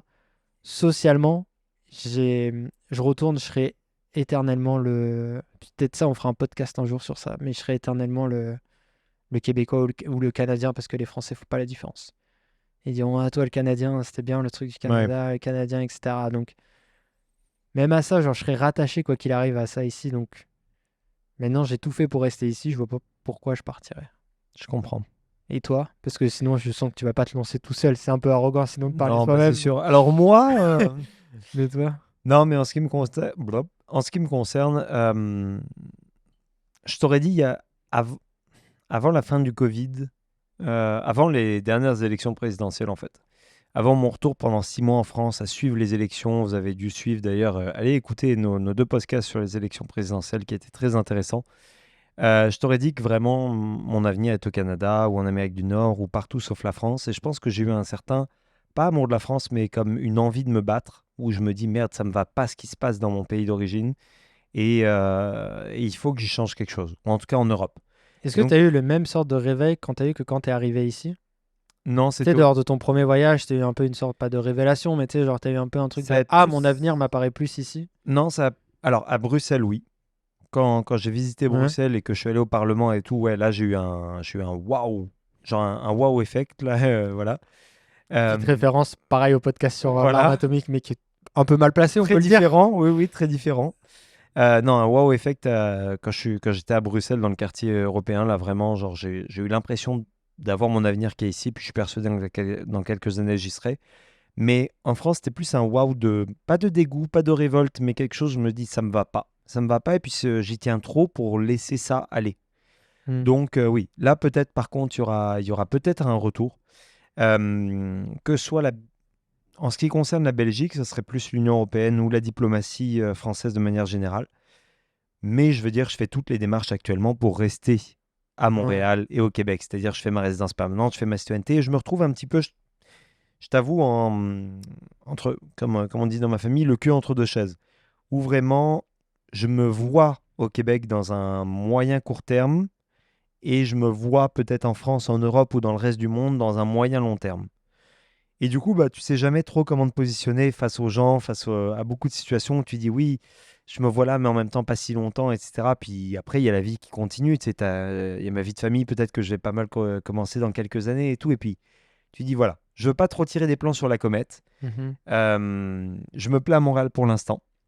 Et c'est encore une fois le court-termisme qui m'a été donné par le Covid. Je me plais à Montréal pour l'instant, je me fais mon réseau, je me fais mes expériences de travail ici. Et après, l'avenir dictera le reste. Il y a peut-être une élection où je vais me dire, bon, bah, je me tente et je dois retourner. Ou peut-être au contraire, je vais en laisser passer quelques-unes et rester ici, puis voilà, avoir mon expérience ici. Je pense que l'intérêt à la fin, c'est de se dire où est-ce qu'on est le plus confortable et est-ce qu'on a envie de faire après par la suite, bah, ça suit parce que on trouve toujours ce qu'on a envie de faire à l'endroit où on est confortable aussi. L'objectif final pour moi, il est de sauver la planète au niveau environnement. Il y a beaucoup de choses à faire à Montréal. Oui. Voilà, ça manque pas. Donc après, je vous dirais, faites votre chemin de la manière dont vous êtes le plus confortable à le faire et l'ambition, ne l'éteignez pas. Mettez-lui juste, donnez-lui juste des canaux dans lesquels vous pouvez pas la contenir, mais la faire devenir productive. Et après, par la suite, bah, je suis sûr, là, j'ai que 25 ans, donc je peux pas donner tellement d'expérience de vie, mais je suis sûr que ça peut donner quelque chose de très bien. Ok, non, mais c'est intéressant parce que tu fermes pas du tout la porte à ça. Non, non, Mais non, j'ai trop d'ambition politique, je pense, mais pas ici. Ici, je pense que je suis encore parce que trop t'es un nouvel illégitime. arrivant. Ouais, Ouais, tu crois? une question Ça, c'est un autre d'illégitimité. débat. On va pas partir sur ça. Non. Mais tu vois, le fait d'être arrivé il y a 7 ans, je vais pas dire aux gens comment ils devraient gérer leur pays ou gérer tel truc, même si Mhm. j'ai mes opinions. Par contre, ça me dérange vraiment pas de revenir en France, dire ça fait 7 ans que Même, j'ai pas ouais, vécu c'est ça, ouais. dans Ça, la c'est France, ça, ouais, qui est intéressant. mais je suis français. J'ai sang qui coule dans les veines, Ouais, j'ai mais le c'est pas sentiment de dit la que t'es nation et ça doit se passer comme t'es ça. plus intelligent pour prendre des décisions que Voilà. l'immigré qui arrive, que ça fait 7 ans, qui est plus. Mais bref, je pense que ça, on en fera autre Non, mais chose c'est une aussi vraie question. de la légitimité, parce que là, c'est un peu trop profond. Puis même, je pense que ça touche d'autres sujets. Puis ça serait vraiment intéressant qu'on ait Radis pour ça. Ouais. Est-ce que tu as des recommandations quelque part? Moi, je peux. Il est en panique. Je le vois, il est en panique. Mais c'est dur parce que comme on sort un podcast par semaine, genre en vrai, claquer des recommandations toutes les semaines, c'est un peu compliqué des fois. Donc, c'est sûr que on cherche un peu toujours et constamment. Mais je pense que t'en as une, ouais, vas-y. J'en aurais une, c'est un organisme qui peut énormément aider les nouveaux arrivants, Mhm. dans lequel j'ai été d'ailleurs un invité pendant un panel pour un journal français. Ça s'appelle Montréal International. C'est un gros Ah oui. institut qui investit dans différentes choses, mais surtout des programmes pour que les nouveaux arrivants, qu'ils soient français ou non, puissent savoir s'intégrer, puissent savoir quelles sont les ressources à Montréal pour trouver un Mhm. emploi, continuer ses études, même dans le processus d'immigration. Donc je vous conseille vraiment cet organisme, c'est des gens très très bien et vous allez trouver beaucoup de ressources en ligne ou alors contactez-les si vous avez des questions particulières, mais surtout à la rentrée, il y a beaucoup d'événements qui sont prévus et ça peut être super riche pour vous. Super, bah écoute, Et toi, de ton côté, éventuellement, peut-être mon- des recommandations? Friends, très bonne série les gars, moi je recommande Friends, si vous n'avez pas regardé, c'est vraiment top. Non, en Je sais vrai, pas si vous connaissez, c'est assez niche. c'est assez niche. Non, en vrai, j'ai vraiment pas de recommandations vraiment particulières parce que bah malheureusement, j'ai rien qui me vient en tête, puis même particulièrement sur l'immigration, sur Montréal, sur le Québec. Moi, je vous dirais, le seul truc, c'est que si vous êtes jamais un nouvel arrivant, ou si jamais vous êtes quelqu'un qui vient d'arriver, ou si vous projetez d'aller au Canada ou au Québec, faites juste l'effort fondamental de chercher la différence entre le Canada et le Québec, de vous intéresser un peu Ah à bah la oui, c'est dualité sûr. provinciale. Oui. Le que sais-je sur le Canada est pas si mal. Bon, on me l'a offert quand je suis arrivé. Intéressez-vous un peu à l'histoire politique du Québec. Il y a plein de livres, il y a plein de trucs. Ne soyez pas le Français qui pense arriver en terre conquise en disant c'est Voilà, comme ça ou pas exact. Ça, c'est autrement. important, oui. Et arrêtez de tout comparer avec la France. Ouais. Nous, en France, on fait pas ça. Oui, mais si tu voulais pas faire ça, fallait pas venir. Tu te poserais pas la question si t'étais Genre, en Inde. voilà, c'est ça. Genre, voilà, juste, je veux pas partir dans un pamphlet sur ça, mais si vous êtes un nouvel arrivant, documentez-vous. Il y a plein de livres, même des tout petits livres de 50 pages qui sont Ouais, très bien. Et si jamais vous prévoyez d'être là, il y a beaucoup de gens qui partagent leur expérience comme nous. Il y a beaucoup de livres, il y a beaucoup de choses. Juste, la seule recommandation, et c'est comprenez dans quoi vous arrivez. ouais, C'est juste, pensez pas que vous arrivez en terrain conquis, parce que effectivement, peut-être pas en Union européenne, mais en Inde, ou même en Chine, ou même au Japon, vous allez faire l'effort de faire ça. Faites le même effort ouais. au Canada et au Québec parce que ce n'est pas la France. Genre vraiment, c'est pas la France. On a passé une heure, je sais pas combien de temps là, Bah oui, à oui, oui. expliquer toutes les différences. Donc vraiment, voilà. C'est juste ma seule recommandation qui est un peu nulle, un peu, Non, non, bien sûr, mais comment dire. tu vois, c'est l'un des premiers conseils qu'on m'a donné ici quand, pendant Ouais, les moi journées aussi. d'accueil. C'était le fait de dire, OK, vous êtes des Français, il y en a beaucoup, etc. Il faut savoir que l'UDM, c'est un étudiant sur six quand même, donc c'est assez Et gros. toi, dans ton programme, c'était quasiment Ouais, c'était 50% en quasiment études 50%. internationales, ouais, c'est Mais beaucoup. j'arrivais en droit, donc il y avait que moi comme Ah oui, en français à droit, oui, l'époque. oui, en Ouais. droit, c'est beaucoup moins. Et on m'a dit, la tentation va être grande d'être avec des Français. Surtout, évitez au maximum. Faites-vous un Ouais, maximum d'amis ça c'est vrai, c'est québécois. vrai. Si c'est pas des Québécois, faites des internationaux. Et après, allez vers les Français. Et en fait, je me suis rendu compte que je me suis intégré, moi, en 3 mois. En trois Mais quatre c'est mois. pareil, moi aussi. Moi, mon seul ami, j'ai essayé. C'est un peu problématique, on pourrait dire, mais mon seul ami, j'ai essayé de trouver qu'il soit québécois. Mais oui, Celui non, où je mais me suis oui. dit, je vais m'investir émotionnellement et après, ça a fait que ça a très bien marché aussi. Mais genre, c'est un peu comme quand vous datez, tu vois. T'as un peu des préférences. Bah, Ouais, essayez d'aller plus vers les gens qui sont nés ici. Ils peuvent être français si ça fait, si ça fait 25 ans qu'ils sont là, ça marche aussi, tu vois. Mais bien sûr. Mais même en termes de communauté, derrière, c'est ouais, vrai que l'entre-soi est bon parce qu'il est confortable. Mais derrière, vous manquerez énormément de choses si vous faites pas des. Moi, je vois, il y a, j'ai 3 amis, dont Astro, justement, qui font partie de mes amis français. Mais la plupart de mes amis sont québécois. Parce que quand je suis arrivé au Québec, ben justement, j'ai eu mon noyau qui était québécois. Et voilà, aujourd'hui, j'évolue dans un milieu où je me dis, déjà, c'est incroyable pour savoir les ressources de santé, de beaucoup de choses que vous avez ici. Parce que finalement, non, puis c'est des gens qui vont rester mais c'est des aussi. gens qui vont rester. C'est des gens qui vont rester, puis c'est des gens qui vont vous faire visiter leur village d'enfance, qui vont vous faire sortir de Montréal. Et en Mhm. fait, le Aussi, Québec se résume pas à Montréal et c'est très dur de sortir de Montréal si vous n'avez pas de voiture. Donc, voilà, vous allez visiter d'autres choses, vous allez visiter d'autres familles, d'autres paysages, d'autres et manières de moi, faire. Et ça va être vraiment bénéfique. je finirai sur ça vraiment. Si je tire vraiment une grande théorie très peu palpable, tous les gens qui sont restés ici, j'ai l'impression, ils ont des grandes amitiés avec quelqu'un d'ici. Tous les gens autour de moi, ils ont vraiment leur meilleur ami ou leur conjointe ou leur conjoint ou quelque chose qui est natif d'ici. Ah oui, Genre, ils ont forcément créé une attache émotionnelle avec quelqu'un qui avait déjà des racines ici. Donc voilà, c'est ma seule recommandation. Voilà. Donc voilà, c'est tout pour ce petit podcast un peu plus introspectif. Peut-être qu'on en fera une ensuite. Encore une fois, je vous réinvite si vous avez des questions, des suggestions un peu plus précises que vous souhaitez savoir sur notre parcours ou même en général, parce qu'on a finalement très peu parlé de l'immigration. non, Donc finalement, oui. on pourra peut-être en reparler parce que voilà. C'est un processus Mais compliqué, vous inquiétez pas, vous n'êtes pas tout seul. Et il y a de très bons non, groupes Facebook pour poser ces ouais. questions. N'hésitez pas, et puis vous aurez des réponses. Et voilà, éventuellement, laissez-nous des commentaires. Nous, on en répondra du mieux qu'on peut. Et puis, si vous avez aimé, n'hésitez pas à mettre des notes, mettre des pouces en l'air. Si vous n'avez pas aimé, dites-nous pourquoi. Et puis nous, ça nous fera toujours plaisir d'y répondre. Est-ce que tu as un mot de la fin? Est-ce que je dis au Non, revoir très aux gens? bien. Oui, tu peux dire au revoir. On va y Écoutez, aller. c'était un plaisir en tout cas. Merci d'avoir écouté Des bières et débats. On se donne rendez-vous la semaine prochaine pour un nouvel épisode. C'était Astro et Pilou et à la semaine prochaine. Bye.